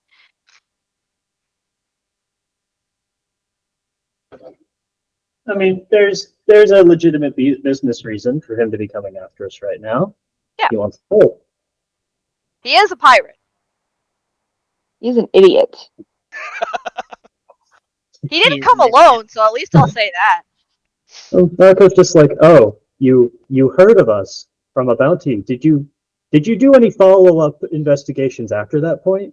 Right? Did you hear about what happened to the last people who heard about us from a bounty? Well, yeah, but you know they're stupid, like, yeah, but so, it's not me. Yeah, they were stupid. We're gonna do this smart, so we're gonna succeed. Mhm. If all you have heard is that there's a very large reward for fucking around with these people, and you have yet to hear of anyone else who has attempted this to come back, that should give pause just a little. They gotta learn today. All right, I gotta go do the pet shuffle. You guys have a great night. Have a good night. Night. Good night. Thanks everyone for hanging out a little late. Get through the first Thank round. you Thank for running you such for an running awesome it. session. Yeah. Sorry that ran later than anticipated, but I thought It's this would okay. be an No, we're exciting not note sorry to at leave all. off on. Mhm. Also, I was not upset at you. I was upset at the dice. I was like, really? You're gonna make me roll more dice? I'm trying to get this done quickly. Oh no, I felt that for sure. I had to bring Oh, back Moby Duck. I had to. I think it's You very know, fitting because the last time we saw that duck, we also we got rescued by Leviathan, but the duck deflated and flew away. when he set off the whistle, literally the first thing in my mind was, it's gonna be that fucking duck. I don't know why. I was like, no, he's not gonna do that. And then motherfucker, Did it? I was He like, did it. He as did soon it. as he said the yellow, I was like, motherfucker. Motherfucker did it. I knew. I love it. I love it. Fucking knew it. You know what we learned tonight is that the past comes back to haunt you. Ooh. Ooh. Literally for some of us. Yeah. I was gonna say that's like many leveled. Yeah. I'm excited that we finally get to actually in character see Yuki's change so that we can actually talk to her about it. Because I know there was a couple of things in the role play and the channel that for a little bit she's doing a thing and I'm like, my character's not there. Yup. I want to talk to her about it. Well, now we get to. Reverie being like 2 to 3 months old is going to have an absolutely horrible perception of what the world is. It's like, yeah, I happen to find the only cool people and everybody else is trying to capture me. Yeah. Jade's perspective is pretty much the same. It's like, I found the only people in existence worth knowing, and everyone was right. The world sucks. No, she still has hope. Give it back. So Okay. so stubbornly optimistic about the pirates that we found, who are like, we're traders. What are you trading? Stuff. Anything we can. It was literally Spice and Your stuff. friend's life. As soon as they weren't like, yeah, we're merchant traders. We trade in textiles. They were just like, oh, kind of anything, textiles and spice. My brain went, fucking Lorelei trades in spice. I know what spice is. They're pirates. They're obviously pirates. But Jade over here is just like, I'm so new and they seem so distressed. I should help them. I was thinking smugglers potentially or something, but I was like, I'm giving them the benefit of the doubt because if they are legit, I'm gonna feel real bad if we left them high and dry. Yeah. That was the other thing too. Joe was like, they're sunburnt, they're dehydrated, they don't have any wounds on them, but they've been out in the elements for 2 days almost, and we're just like, oh man, well, that's a lot to go through just to trick us. Why? And then Jade's just like, they obviously aren't tricking us because they're just dehydrated, sitting on the ship that's just slowly sinking. How nice of the Triton to not leave his friends to save himself. Of course not. Now he's gonna die like a little bitch. You're muted, babe. You're muted. God damn it. It's because cats were making noise, and I'm like, you alright? And I didn't want you to hear me checking the cats. Anyway, now I have Lou in my head being like, we're gonna murder him! Yuki is gonna fucking murder this It guy. was funny. In my head, I have a Diane in my voice going, she didn't plan for this fight because she's a little bitch. She didn't plan for this type of fight. And I'm over here going, I haven't even gotten to my spells yet. Mm-mm. We're gonna fight him, and we're gonna murder him. Fucking Jane Footlaw with your goddamn tentacles. Why has everything got tentacles? Fucking douchebag. Oh, I hate him. I am a little worried if he's not lying, and he says that Leviathan is the one who now has our wanted posters, and all of Leviathan is going to be on the lookout for us because they are just a bunch of fucking pirates, guys. That's gonna be a problem. That's gonna be a big problem. Leviathan will actually be a problem if Leviathan is actually after us because we can't fight a city. Yeah, it's that's gonna be a big problem. Yeah.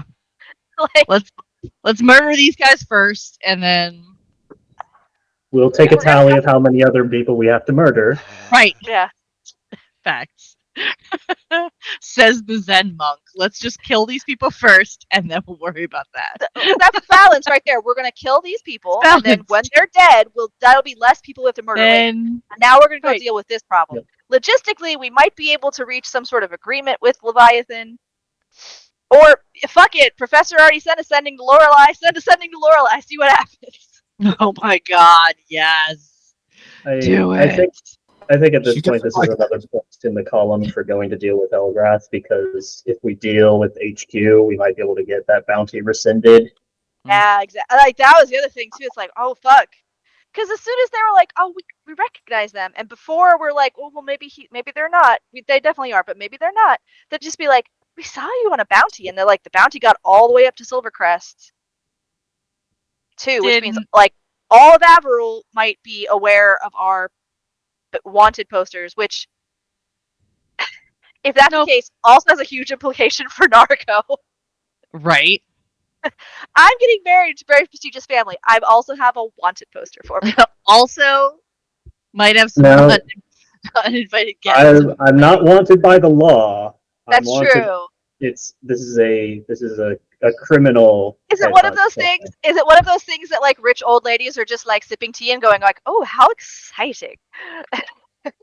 Ooh, I remember my youth. Oh yes, kidnapping the noble girls and holding them for ransom right before the wedding night, so the boy has to either come up with the money or do a dashing rescue. Oh yes. My uncle did that on purpose once, and the wedding was so beautiful when it happened. It was so romantic. Just like, Jesus. Have that moment where you just bond over that because like, oh yes, the nobles and our thing. Except they're after memory. That'd be a fun setup for an adventure. Is like the party had just rolled into town. They heard the news that apparently like a noblewoman had been kidnapped, and before they figure out what's going on, they like jump into action and save her, and then they find out this was all an elaborate sort of publicity stunt. They kind of. They're just like,